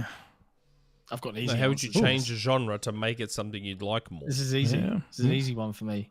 Any game with like a defense mission, make it so that the things that are being defended can't really die. Oh, like an escort mission? Yeah. But If then you're going that to give me an defeats the escort point mission, of it. Yeah. just make it pretend like I'm escorting them, all right? They're still invulnerable. You know what I mean? Escort, That's all I want. agree. Defense, no, because that's literally the entire point. But escort, yes. Yeah. Yeah. Just make them It's the invulnerable. same with escort. It defeats the purpose if you're going to make them invincible. Yep, Make them... okay. It's them because half the invulnerable. time the AI is Just so don't have bad. the escort mission. No, the AI is so bad on the escort missions that at least make it way harder for them to die. It sucks when they can die super fast. And they're really stupid. And there's almost nothing you can do about it. Yeah. Okay. Maybe make JRPGs less random encountery. They happen a Less lot. talky. Maybe they heard you and went back in the past. They're very talky. But random encounters are definitely less of a thing now than they used to be. Are they? Yeah, like even Fantasian, I think it was random encounters, but you like queued them up. So you just walk around, you're like, okay, you've got all these things to fight next time you want to fight. Then you have like 30 things to fight. Instead of it just constantly pulling you into a new fight. Can you guys hear that noise on Yep. my end? Yeah. It's like a drilling sound. Fucking hell. Hold on. It's I'm fine. going to have to go and tell my dad to stop drilling. It's No, it's fine. fine. It's the end of the show. Hot on the mute button. It'll be fine. We're right near the end. Because my It's dad's... okay. Because my dad's We only have- retired, which means he's bored and doesn't have anything to do, so he's constantly finding shit to do. We only have 9 more community questions, so I don't think we even have that many. there's like 9 more. As to Rise 2, I've said this before, Direct Bruh. It's the last thing on the list. The 8 more, maybe. The whole list 7. of stuff that I saw Crytek was working on, it's all come to be except Rise 2. You have to count number 7, so it's 8, John. You have to count Okay. the next one. Cheeseworks. Hello, panel of fine gentlemen. Thank you for the relaxing evening. That's what this show has become for me. A moment for me to kick my feet up and listen to level-headed individuals discuss gaming. My question for this week is more of a request, actually. Can each of you take a moment to highlight your favorite independent game that hasn't received its flowers yet? For me, it's The Land Beneath Us, a turn-based roguelike game. A very unique take on the genre, that is. Thankfully on Xbox. Thank you all. I'm excited to hear your selections. Ooh. I've got a constant go-to that I'm going to pull my review up. You might know it. Indie game that I talk hasn't about it had all the its time. flowers yet. Oh, I know what mine is. All right. Since I've got the video up, I'm going to give mine real quick. Mine is The Legend of Right, which released, I think, exclusively for a long time on Xbox. It is very similar in that Plucky Squire vein, but this was just 2 Japanese high school students when they started it and worked on it for over a decade. Really fun, minigame focused, hand-drawn art style RPG adventure game where like a kid in your class is walking you through his hand-drawn adventure on like this desk, and everything you see is like him and doing stuff, but it's really fun, really good little story. Not super long. I think it beat in 7 or 8 hours. Super good game that just seemed to come and go. Also, Xbox Play Anywhere. So if you buy it, you get it on PC. The Plucky Squire. The Legend of Right. RPG time. The Legend of Right. For me. It's a good shout. I think I don't know if it didn't get its flowers, but I don't feel like as many people played it as they perhaps should. But if I had to pick one over the last decade, maybe like Lonely Mountains Downhill. I adored it. It's super addictive. It's pretty. It's very slick to play. It's just a mountain biking game. Get down the hill as fast as you can, but it keeps adding new routes. You get different bikes. It's super addictive. It's on Game Pass, I think, still. And it's fucking great. Honestly, it was like the game of the year for me when it came out. I was lost in it. Leaderboards, time trials, all of that jazz. It is cracking. Like, definitely go give that a play if you can. And a runner-up would be Genesis Noir, but I think that got plenty of plaudits and love. So yeah, that's what I'm trying. I'm trying to think of a game that didn't get like the flowers and the attention and all that sort of stuff. Yeah. Benedict Fox. I don't think it got flowers. No, it was like. That's what I'm saying. I don't think it got. But I don't think it got a bunch of flowers and a bunch of attentions, and especially now that it's got the definitive edition where they've cleaned everything up, tightened it up, given more options and all that sort of stuff. Check out Benedict Fox. It's a good. Technically, it's not a Metroidvania. It is, but it sort of isn't. It's a pretty good game. Beautiful game too. Mm. Nice. And I think one of the developers likes feet. Yeah, big feet fan. Loves the feet.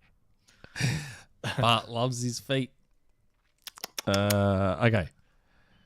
Next question. Omen. Hope you had a good week.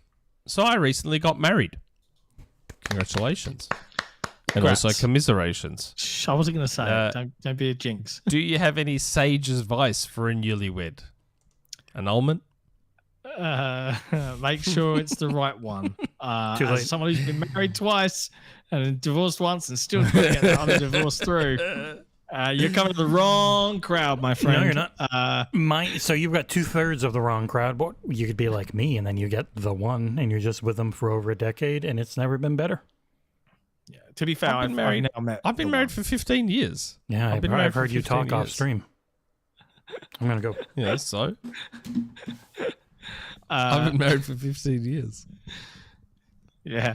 No, it's like, congrats, man. It's lovely to commemorate your love for your partner in that way. Hindsight for me, like, even though I absolutely adore my partner now, we both discussed it. Neither of us want to get married ever. No. And we've said, like, yeah, maybe when we're like 65 and there's nothing else. Like, maybe we'll do it then. But we just have no interest in it now. Like, and personally for me, marriage is such a con. Like, oh man, I could rant about this. Like, okay, I bought a house. I owned a house for 12 years without this person. They come in with nothing. You know, now they take half of everything I own for the rest of my life. Nah, fuck this shit. You know, it winds me up. Makes my shit itch. Yeah. Like, there's no benefit in it for men nowadays, I don't think. There's no benefit whatsoever in getting married. What if she makes more than you? Not as much. No. like I know when we got married, I said to my wife, I'm like, let's not have the wedding party. It's just a party. Let's take that money and like go on a really good holiday or do something else. Yeah. Gotta have the party. Yeah, everyone Gotta wants have to the party. You gotta have the party. And I was like, well, it's gonna have my fingerprints all over it then. Now, I didn't end up getting to have the cheeseburgers on the table because I was like, how cool would it be? You go into a wedding and you're at this really nice, expensive reception. And there's McDonald's Because we went to one everywhere. of the better receptions in Melbourne. And how cool would it be? You sit down, you're starving all day, and you see fucking cheeseburgers on the table. That'd be like the greatest thing ever. I didn't get the cheeseburger, so there was a compromise, and we had M&Ms. We had M&Ms in martini Little glasses M&M on nipples. every table. And there's a Oh, happy, mate, I had ending for you mates. two in the chat right now. DS Omen, don't worry. We have a prenup. Smiley face. Smart. Man's a smart man. Sorry, you're coming to two bitter old men. I'm not bitter. I'm married. I'm still married. I'm not bitter. You just came across a bit bitter, bro. You were like, "Oh, get an old," you know, that came across bitter. I think it's more he hates his kids than his wife. When I got married the second time, the thing that really Yeah, I've bugs never me, complained about my wife. Fair. The thing that bugs me is like I feel like I've used up all of my things. Like for my first marriage, my old man was my best man. For my second marriage, my best mate was my best man. I can't do that again, right? It's like the best man jokes would be like, "Oh, here we go again, third time's the charm." I'm not doing it, right? I'm not doing it stuff. I'm He not could be your becoming son, Ross but he's Geller. a bit of a jerk. No. And No, you'd make for- a friend's joke about being Ross Geller. Yeah, I'm not doing it. Exactly. No, I'm not being Ross Geller. But, like, we put classic board games on all the wedding tables for the reception. So you had like Jenga and Buckaroo and stuff like that for people to play while they were waiting for all the shit to go down. But the biggest thing that I did was I organised a live, real brass band to surprise her. So we came back in from the photos, right? I'm a romantic guy. And like sitting there, we're having the first drink, right? We've come into the room and they start playing Sexual Healing by Marvin Gaye, like a brass band version. If you've ever heard it, go on Spotify, Hot Brass 8. It's like, Yeah. it was in Chef, the film Chef. Yeah, I was about to say it was in a movie. It was in Chef. They Yeah. started playing that and she was like, and I've now wasted that gesture on that scumbag. Like, do you know what I mean? Like, yeah. fuck Yeah, that. yeah. I'm not doing that again. Be careful No. with your No, British I libel laws. was, like I said, man, I said, if we're going to do this, I want to put my stamp all over it. Like we had it at a reception where there's a river behind the reception. We left by boat down the Yarra River and it dropped us off in the Melbourne city at our hotel. I did an outfit change. So I started in just my suit at the church. And then when I got to the reception, I adjusted my outfit a bit.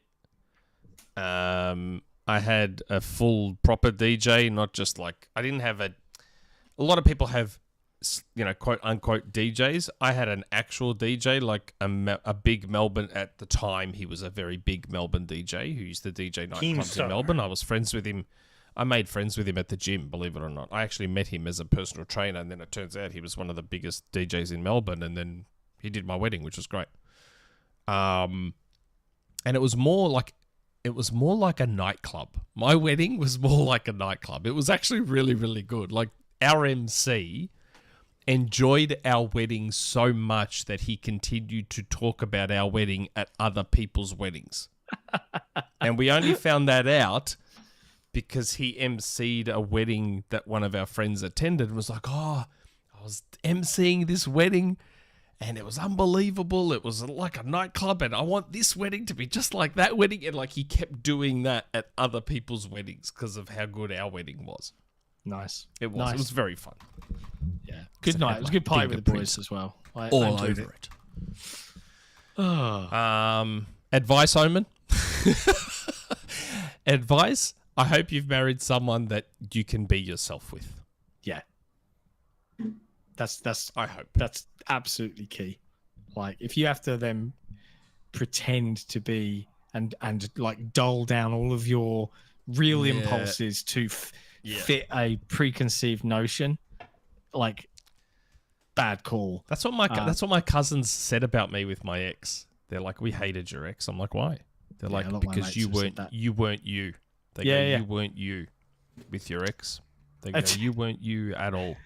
Probably a good I gave my best mate Tom utter absolute have to do what he says, like contractual veto powers on all my future relationships. I was like, because he, like, You could just give me those powers. I could already tell, and I've never even met you. yeah, like he is like a brother to me, right? This guy, and he helped me build this house. And there was a point where he'd been working 6 days a week for mates rates, right? And I remember she was here, and she was being moody that he was here. I'm like, this dude is working for us for fuck all, sleeping on a shitty mattress. Show him some fuck, and she was just being a cunt, right? Really? and she just like had a go and just was being really snarky. And my mate, bless him, he's got a rage on him.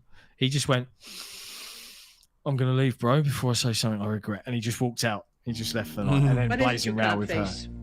her. Yeah, Wow. right. But since then, like he's met Kat, and he's like absolutely solid. She's golden, and Kat is absolutely legendary. She's a brilliant girl. So yeah, it's good times. Wow. A talking feline. I imagine something special there. Yeah. Holy shit.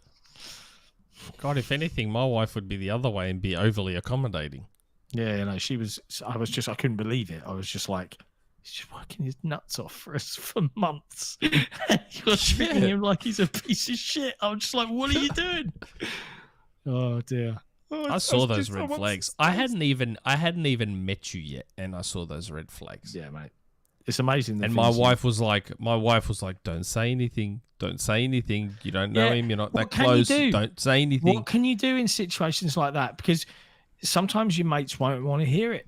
And you just have to let them make. I've had that experience before. I've had that experience before with my best mate. He was with this girl who I adored. I adored his ex. Like, her and I got along like a house on fire. We even went out a couple of times without him. Like, we were really close. Bro code. And then relax, mate. Go out for a coffee or whatever. Calm down. And then I could tell that he was smothering her, and like they were spending way too much time together. And he was starting to fight with all his mates, and he wasn't catching up with his mates anymore. And it was all about, he was like full obsessed. And one day I sat him down and I said, mate, just letting you know, I'm not going to fight with you like the others are. I'm just letting you know as a friend, because we grew up together. We were still mates. He was the best man at my wedding. You two are probably spending a touch too much time together, and I think one of you is going to, I didn't want to say it was going to be her. One of you might get a little bit bored of the other, and it might become too much. Yeah, you're poisoning the well. Maybe pull the reins a bit. Maybe pull the reins a little bit. And he goes to me, what would you know? Because you've hardly had any girlfriends before. I said, okay. I said, all right, buddy. I said my piece. I'll let it go now. Anyway, like 2 months later, she dumped him. 2 months later, she dumped him. And she just said that he was smothering her, this, that, the other. And now she's your wife. And he was... Oh wait, yeah. She's now my current wife, yeah. And cold. how good would that have been as a twist? How good would that have been as a twist? Very funny. And he was sitting there on the couch, and he was like in tears, like trying to keep the tears away. And he's like all upset, lying on the couch after they broke up. And I'm sitting next to him, and I said, you know what, man? I fucking told you so. I said, go fuck yourself. I go, I tried to be nice. I tried to do it properly, and you fucking told me to get fucked. Now you get fucked. He's like, oh, you don't have to be that mean. I said, well, fuck, mate. Like, I tried to be nice about it.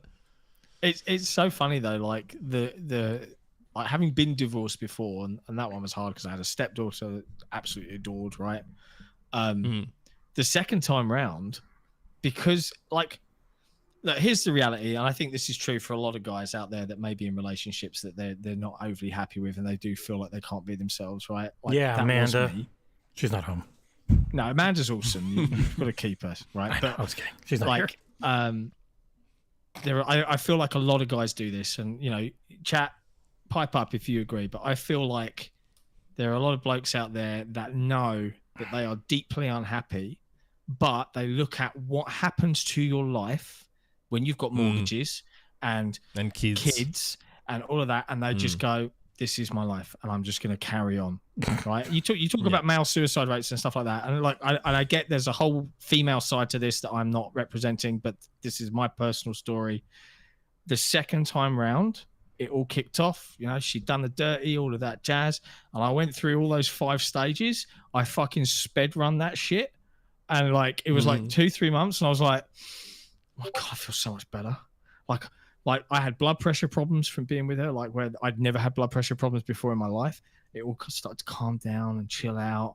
And I was just like, as soon as she moved out, I was like, this is fucking awesome. And I had the boys down all the time. And it was just great. Yeah, we know. We lose you to the show for all your orgies all the time. We get it. Yeah, well, it's my friendship group is super important to me. But it is amazing to me. I look back and I think to myself, there is a moment where I would have just been like, yeah, I'm just going to deal with it. I'm just going to live with it because it's easier. It's easier. And my younger brother, right, nearly split with his missus. Nearly split with her. Are you guys okay? You just homophobia, man. It kills me. What? No, it was what? That's not. I'm extremely pro for that. No babies, but okay. Like, oh man, my younger brother, right? He split with his missus, and he was ignoring us for ages, absolutely ages, right? And then suddenly he just boom, he appeared at my parents' house. I'm staying there now. I've had enough. I've split. You know, I've had enough of her. I'm walking away. She's spending loads of money that she never had, and it's all mine. And I've cleared her debts 3 times. And he was like, "Whoa, where's all this come from, Rick? Like, you don't talk to us anymore. You're so quiet and reserved, and you just sit inside." And it was suddenly we found out all this stuff. Moved in my parents 3 months, and then he's back, and it's gone back to exactly how it was. He doesn't come out. He doesn't talk to us. He doesn't respond to us. He doesn't come to family events. And it's just like, he made that call. He looked at what his life would be like if he continued the path of I'm leaving, and decided, nah, this is too hard and too difficult. I'm going to go back and be miserable instead. He looked down and said, this is too hard. And they went right back to her. Honestly, you can't have serious conversations with you guys. Bunch of kids, bunch of babies. But wouldn't it be good if guys could listen to their mates when they were telling them? People, come on, man. We've all been blinkered one time or another. When it comes I have to not. I don't know, man. I don't really get blinkered like that. I've been in like really three legit like relationships, and they were all fine. I lucked out. I think maybe I'm so annoying at times, especially when I was younger. I had Travis and Jack can tell you severe youngest child syndrome. Just really, really enjoying annoying my siblings, and that bled into regular life when I was like a teen. Been better since. It's not so bad. But yeah, every major relationship I've had been fine. Always like an amicable split the other 2, and then it's just been with Amanda since 2011. I think my biggest problem is I aim real high. Yeah, Trav confirms.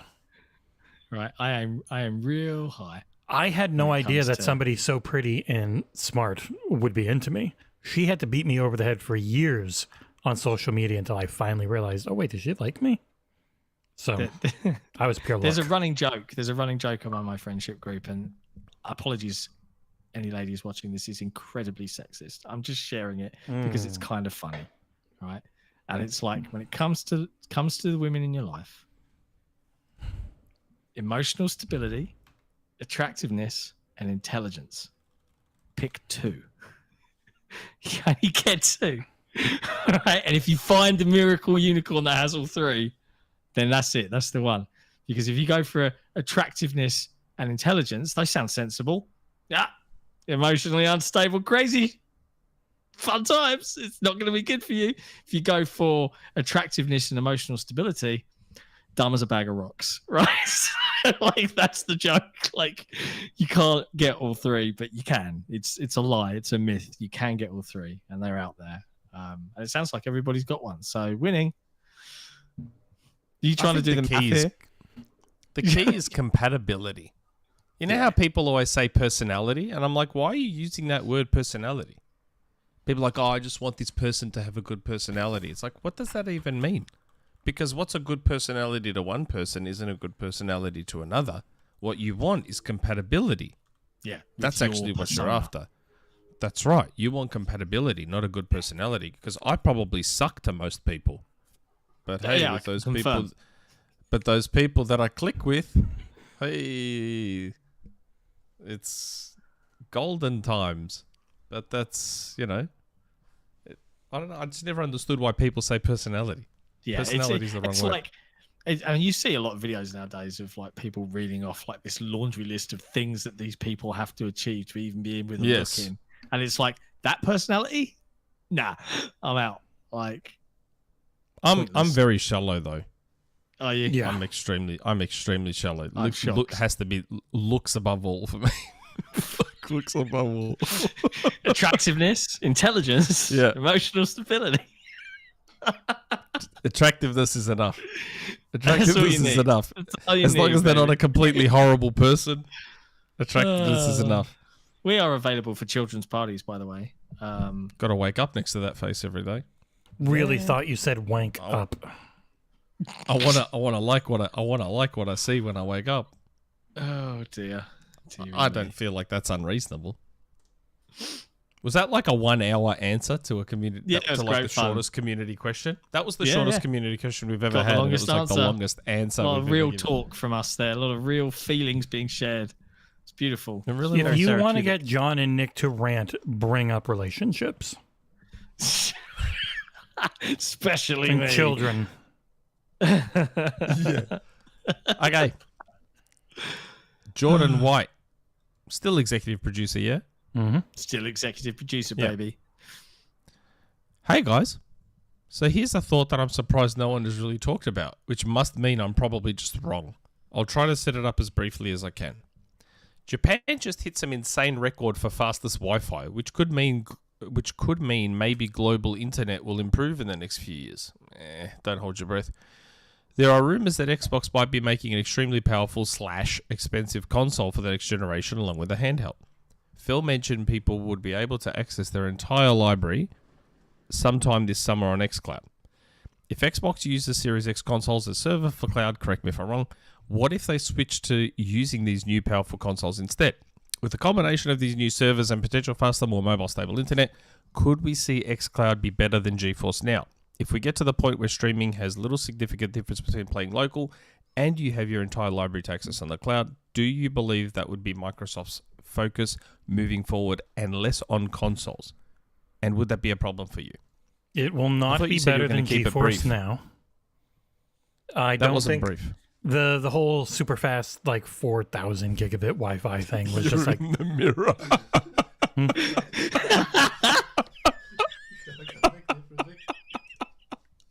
oh, Go on, get him in the wardrobe.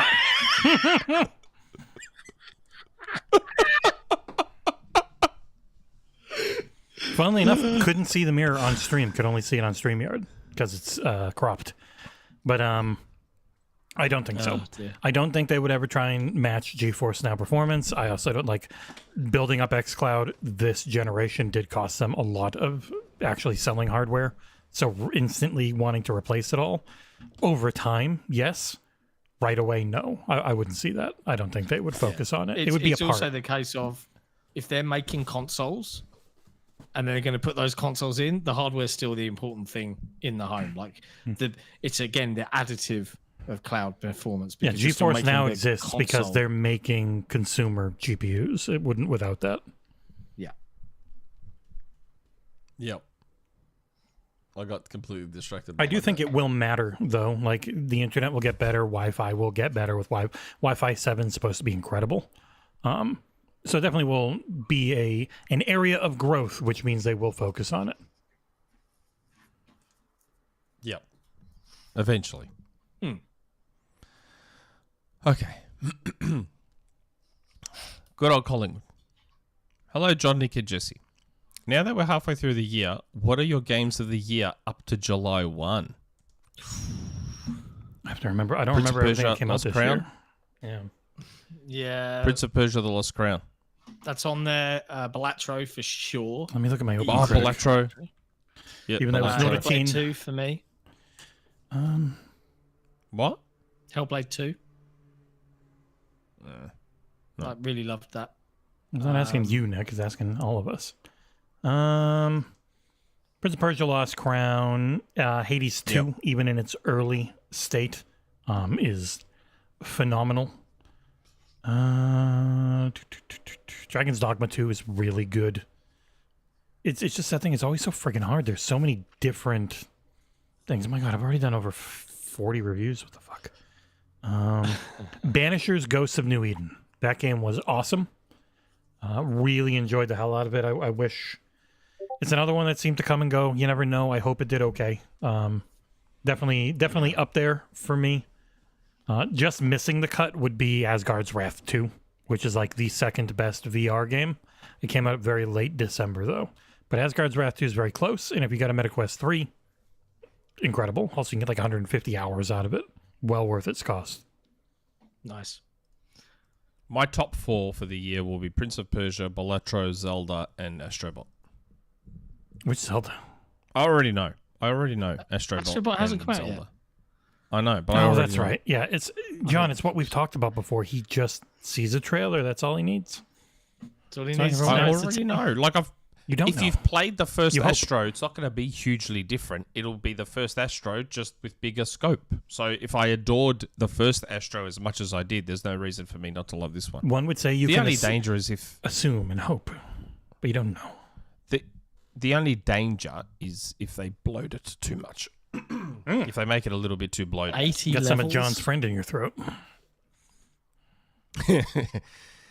Yeah, and Zelda will be good too. Jordan Echoes of Andal put whatever a it's super called. chat in earlier for Nick. Would you have married at Macca's if you could? Nick, would you have married at Macca's if you could? Yeah. Ooh, good question. Maybe. Possibly. Cheeseburgers, everyone? I'm a simple man. You're simple and I'm a simple shallow. man. Yep, simple and shallow. We got Like a it. membership renewal from Ass4ssin Entertainment. Lovely God damn patron. it, he's already an executive producer. What a ledge. Executive producer. This has been dating era with Sikemikoji-kun, special single men in your area, and Jesse. Glad to Normal see Jesse. tangents can be proactive and full of wisdom. Mate, I'm very full of wisdom. My dating advice is be an idiot about when women who are great like you don't think they do, and then have them beat you over the head until you realize it. Yeah. I mean, I'm actually after my surprisingly boys' good. weekend, I'm full of wisdom too. Yeah. Sloshing around inside you. Yeah. Hot, juicy wisdom. Oh, it's dripping down my thigh. What? Stop it. Stop it now. Be careful about getting any paper cuts this weekend, John. Yeah. Woo, stings. Next question, please, quickly. That's Okay. a good joke, by the way, for us that know. Okay. Executive producer, Surgent Entertainment. Hello to Jon, Nick, and Jesse. Was it really necessary to stroke Nick's ego with the episode title? Yes, weren't I made the episode title. We weren't going to. Like, I was not going to do it when you wrote that. I was going to come up with something else. And I was like, fuck, I can't think of anything better. There's nothing else. Yeah. There's just nothing else. With Microsoft not being listed as a participant for Tokyo Game Show, people are wondering if the closure of Tango Gameworks has deeply affected the relationship Microsoft has with their Japanese partners. One person did point out the past couple of years they waited until 2-3 weeks before the show to announce their participation. But it still feels odd. What do you guys think? Thank you guys for all you do, even though it's mainly Jesse. Lol, JK. You said that just to not hurt your feelings at the end. But no, I don't think companies give a shit. I don't think they do. They're not friends. You're still the biggest business partner we can work with, so we're just going to work with you. Oh my god. They don't announce things early all the time, but that's about it. Totally misread a comment in the chat just then. And I was like, whoa. You did not read the word John's as muted. mirror, did you? Yeah, I also Oh, did that, Nick. man. And I was like, I had a double take and I was like, whoa, hold on a sec. Dr. That's Nick inappropriate. Respect.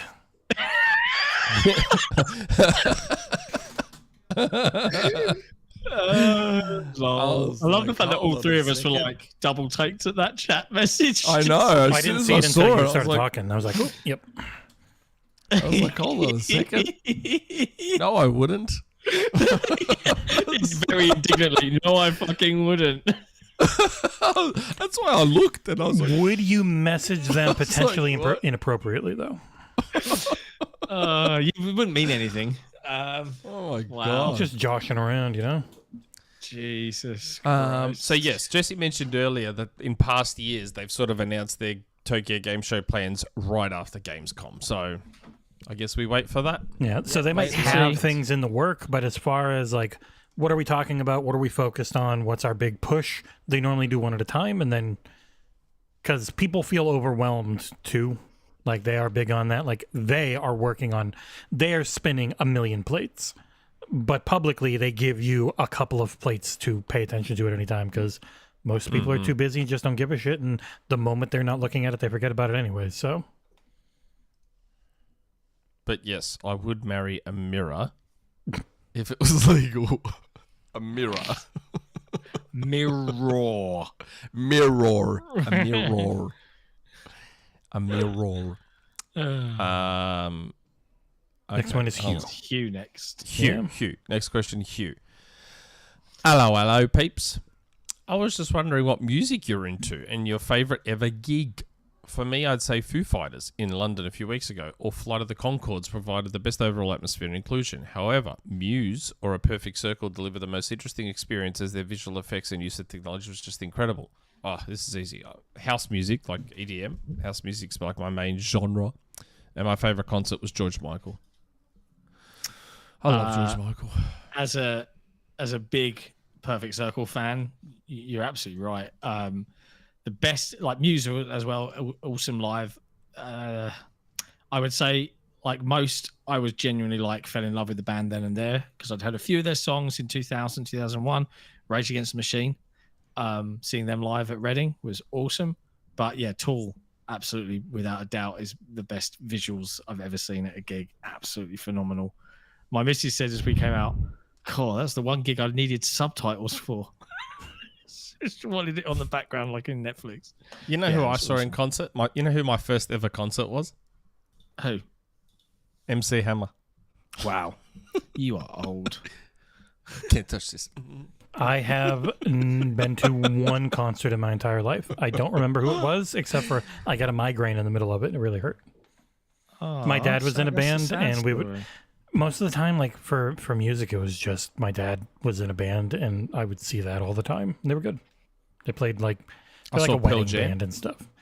I honestly think it might have been Pearl Jam was who it was at the Oh, really? Boston Garden when I was not very old. I don't remember. Travis might. I don't. I only saw Pearl Jam because the job I was working at the time had a box at Rod Laver Arena, and they're like, every time Kylie or Pink would come out, the tickets would go straight away, but like no one wanted to go to Pearl Jam, and they're like, "You want to go to Pearl Jam?" So I was like, "All right." So I went to Pearl Jam. I don't even really like Pearl Jam. Destiny's Child, I went to. Justin Timberlake. They were both great, but George He Michael's probably my wouldn't be favourite. great anymore. That poor guy. Justin Timberlake. Yeah. Justin Timberlake's fine. Justin The Timberlake's music fine. I'm into is a lot of new metal, like Korn and Seven Dust. I know. That was what I grew up with around, quite a bit. I get And it. they've stayed very good. Now, most of them, like Limp Bizkit, all them, I didn't like them when they were new, and they're really Yeah, I bad hate now. Limp Bizkit. But those two have still had some really good music lately, which is always surprising. But for the most part, I was always actually way more just into like orchestral movie music. I'd listen to whatever was on. But when I went and found something, like one of the first CDs I bought was when my mom imported the Dragon Ball Z soundtrack for me from Japan. It was like 5 Oh my discs of God. Dragon Ball music. I'll listen to anything good. Like it's not like I'll only. I don't listen know to a single house Taylor music and Swift song. nothing else. There was one playing Oh in really? the No, I know plenty of them. There was one playing in the grocery store around here, and I said, "Is that Taylor Swift?" And my wife was like, "Yep." I was like, "Oh wow," because I probably heard the music. I just had no idea who it was. As a wannabe musician, like I can appreciate a really well written song. Like there's stuff that I can listen to and be like, "That's a really well written song." I'd never go out and listen to it and buy it and enjoy them as an artist, if you know what I mean. Like, but speaking of Timberlake, that one he did with the American country guitar guy. Say Something, I think it was called. You heard that one? Oh, I don't like any of Timberlake's new stuff. But it's None weird. of it. I didn't think much of that song, but then I saw the music video for it. And the music video is a one take live version of the song where the camera is it's all no cuts, all timing perfect. I was like, okay, now I can appreciate the actual artistry behind it. I guess it was very cool. But otherwise, I would never go out and buy his stuff. Do you know what I mean? But yeah, mostly I listen to a load of stuff. One of my favorite non-metal acts or bands. If you fancy some chill acoustic music, go listen to the Civil Wars first album. Really cool. It's just called the Civil Wars. I got a good Really one. good. Season 4, Part 1, 2, and 3 of Attack on Titan. Fantastic Really music. No, it legitimately is just some incredible music, but yeah. Anime. A couple of super chats from some guy I never heard of before, Jordan and Jordan Andel. Oh. Dr. Nick, I have a problem. There is not a single mirror in my house. I haven't seen one for years. I'm pretty glad about it. Do you have mirrors? I do. Midnight Oil. Loads Okay. of them. Yeah. Okay. Pocket mirror. The only What? concert I've ever seen was Midnight Oil. I couldn't remember who it was. Travis did. Midnight Oil? The Australian group Midnight Oil? I was How really the hell young. did you go see Midnight Oil? Did they ever play the Boston Garden? Oh my God. Jordan Andel, all jokes aside, F that guy. Yeah. They literally played in Boston 2 years ago too. Really? Wonder if they ever played in Boston before. Probably did. Yeah, they play everywhere. Midnight Oil. Fucking Aussie band. That's hilarious. But like, my music taste is whatever. Like I said, house is the number one, but I'll listen to anything. Like growing up, I loved Metallica, and now my son loves Metallica. Loves Metallica. He's got like Metallica t-shirts, and like he's bought a bunch of Metallica stuff on Fortnite now, so you can hear the music in the lobby and shit. Loves Metallica, but I also love Def Leppard. God, like glam rock, glam metal, glam rock from the 80s. Fucking love that shit. Dude, As well. Guys, check out Extreme. More than words. I do words, right? That's the song everyone knows by Extreme. Yeah. You know? Yeah. More than words is All to I show had you. to do Yeah, to that one. make you feel. Look up the song. There's two songs by them that I absolutely love. Speaking of hair metal, Get the Funk Out. Oh God, that fucking song. I love that song. And He-Man Woman Hater. It starts off with an electric guitar version of Flight of the Bumblebee. So, but you skip about a minute and a half in, and it kicks into this absolutely beastly 80s hair metal glam rock great song. That called He-Man Get Woman the Hater. Funk Out. Every time Yeah, it's that's such a great the track. song when I'm thinking of bad music and things I hate. If you They don't don't sound like glam. They don't sound like that you 80s see glam rock. here. Trust me, go listen to it. It's proper like hair metal, mate. You know what reminds me a little bit of rock from that era, but it's modern, is Tame Impala. You don't know Tame Impala? Man. There's a song, Doesn't there's ring a a bell. song that I think... Might have heard it. There's a song that I think you should... Wasn't he just on a cover? It's called Elephant. If you listen to a song called Elephant by Tame Impala, I reckon you'll like it. Okay. I'll check it out. Just quickly jump We onto got YouTube breaking now news from and Jordan look up- Ando. As the resident reviewer of wrestling games, will read this one. For any wrestling fans here, breaking news that Invisible Guy, John Cena, has announced his retirement from wrestling as of the next WrestleMania. So he'll probably be on the cover for the next WWE 2K game. I thought he just was, because he was the featured guy for their story, like, history mode last year, I like not him this as an year. actor. He is very good. So these guys I watch called Djibouti, they do a bunch of live streams. They also do dubs. They did a dub of The Marine. Boy, that movie was something. It's not good, but it was something. Have you listened to Tame Impala, John? Oh, sorry. No, I was listening to Jesse. I'm Just far jump more onto interesting YouTube than them. quickly. Just look up Tame skip ads. Impala Elephant. Tame Impala elephant. Real, and anyone watching the stream right now. Hardly Tame anyone Impala elephant. Listen to it. That sounds like that. It's got that vibe to it. It's so good. Yeah, this. I've heard this. That's Ooh, we're at the last question. Wow. It's a great track. Yeah, I have heard that. I would try and play a second of it just for people to know, but we would immediately be banned from YouTube forever. Yeah, it's Twitch, worth it's the risk, fine. man. Yeah. It's not worth the risk. Last Tame question. Impala Last elephant. question. Yeah. Azuizu. Haven't heard from Azuizu for a while. Good day, gents. Xbox will be on Fire Sticks. If Xbox wants to reach billions, aka lots of normies, what kind of games are going to entice normies to play more games? Big AAA games may appeal to some, but I fear a lot of the normies may not have the time, patience, or skill to pursue it. Casual games that you can play in a short session or to kill time would be the ideal, at least as a gateway drug. Apart from 1v100, Fallout Shelter, and maybe Microsoft Casual Game Suite, what other games do you think they can add to this effect? Cheers. They own Fortnite. Well, they also own like a dozen King games that going into it. Candy Crush. We're still in the month we're supposed to get their Android store, so I'm very curious what that's going to end up being. But like, if they can tie, because you get the cloud by having Game Pass Ultimate. Having Game Pass Ultimate also gets you perks. If you can get perks for Candy Crush and play it, even make an Xbox version of the goddamn game. They've already got it on the Microsoft Store. Like, get those things in there to get people started, and then you got your shorter experiences. You got your, there's a lot of ways to try and start yoinking people in. They know what people are going to play. That is their main metric. That they focus on is how much are we going to get people to play stuff. So they know what people will and will not play on the cloud. So as we see what they push, I think more and more, especially with perks, we'll have an idea of where they're trying to head to. Yeah, I can't disagree with any of that. You better not. I'd be very hurt. I won't. Please don't hurt me. No, I would be hurt. Oh, My feelings. okay. That's it. That was the last That's question.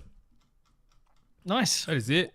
Surprisingly long and very You always say that. wisdom-filled Not show. surprisingly long. Typically long. Typically long. Yeah. Typical. We're friends who get along well, despite what people think about me and Nick, because we're joking. That is a thing, and we love shooting the shit, even when there's not much big to talk about. Pretend final super chat from Jordan Endow. Nick. Final super chat. Great show. I may or may not return next week. Oh, Wow, he's I'm not on threatening next us. week, Yeah. so and Nick will indulge you. He'll just drag this show out for 5 or 6 hours. We're gonna have to work on Maybe our I'll ask. host. Maybe I'll ask Sam. Rand to be on. Yeah. Why Fine by not? me. Rand's a good guy. I like Rand a lot. Then it'll be a long show. There you go. We should get Rand and Everyone Jez. gets what they want. Until Rand then, and Jez. Jez won't jump on. yeah, He's a busy man. We'll be back on Tuesday for another episode of Headlines. I don't think many of the reviews we've got coming up are dropping next week, right? Nothing. So nothing huge planned next week. I don't know that I'm but- going to get to stream that much because I am pretty busy. There's too much to do. I might want to try just to break things up. So maybe on Monday or Wednesday or something, we'll figure something out. Have a little fun. We'll try and have some content. Very exciting week next week, though, for a multitude of reasons. And again, I mentioned it in the Discord, but just mentioning it, there are a few patrons I will be reaching out to. It's not everybody, and the general reason for it not being everybody is we don't want what we're working on to kind of leak and get out there. Well, no, I trust our patrons, I Jesse, don't. because I love them. Right? You two trust. So The people you brought in before, I don't trust your judgment. yeah, well, And by the way, so- John and his friends call it the jizz cord, and we all know why. yeah. Now you know the truth. But keep an eye out for DMs from me. I will be, selectively inviting a few folks every now and then to come along and maybe Sign just an see what's NDA. going on. Yeah, probably should.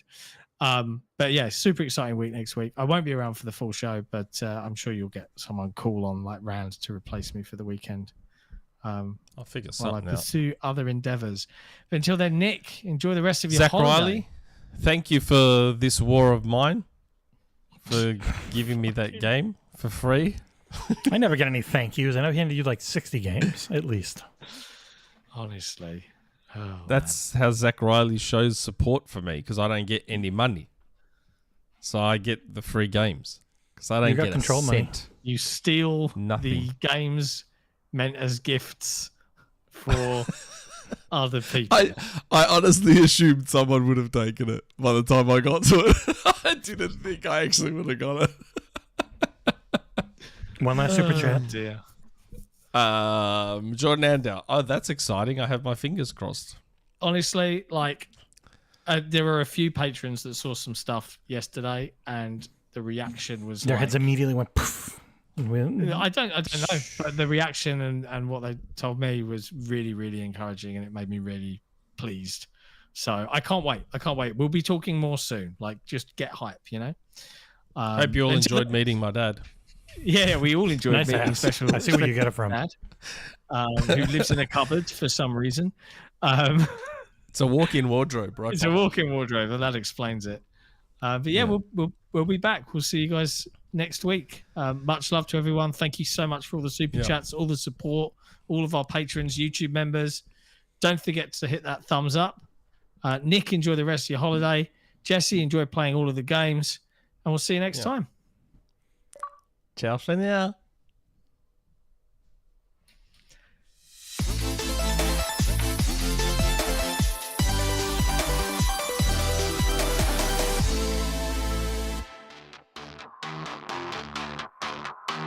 Patron, keep the dream alive. In this Xbox 5, we thrive.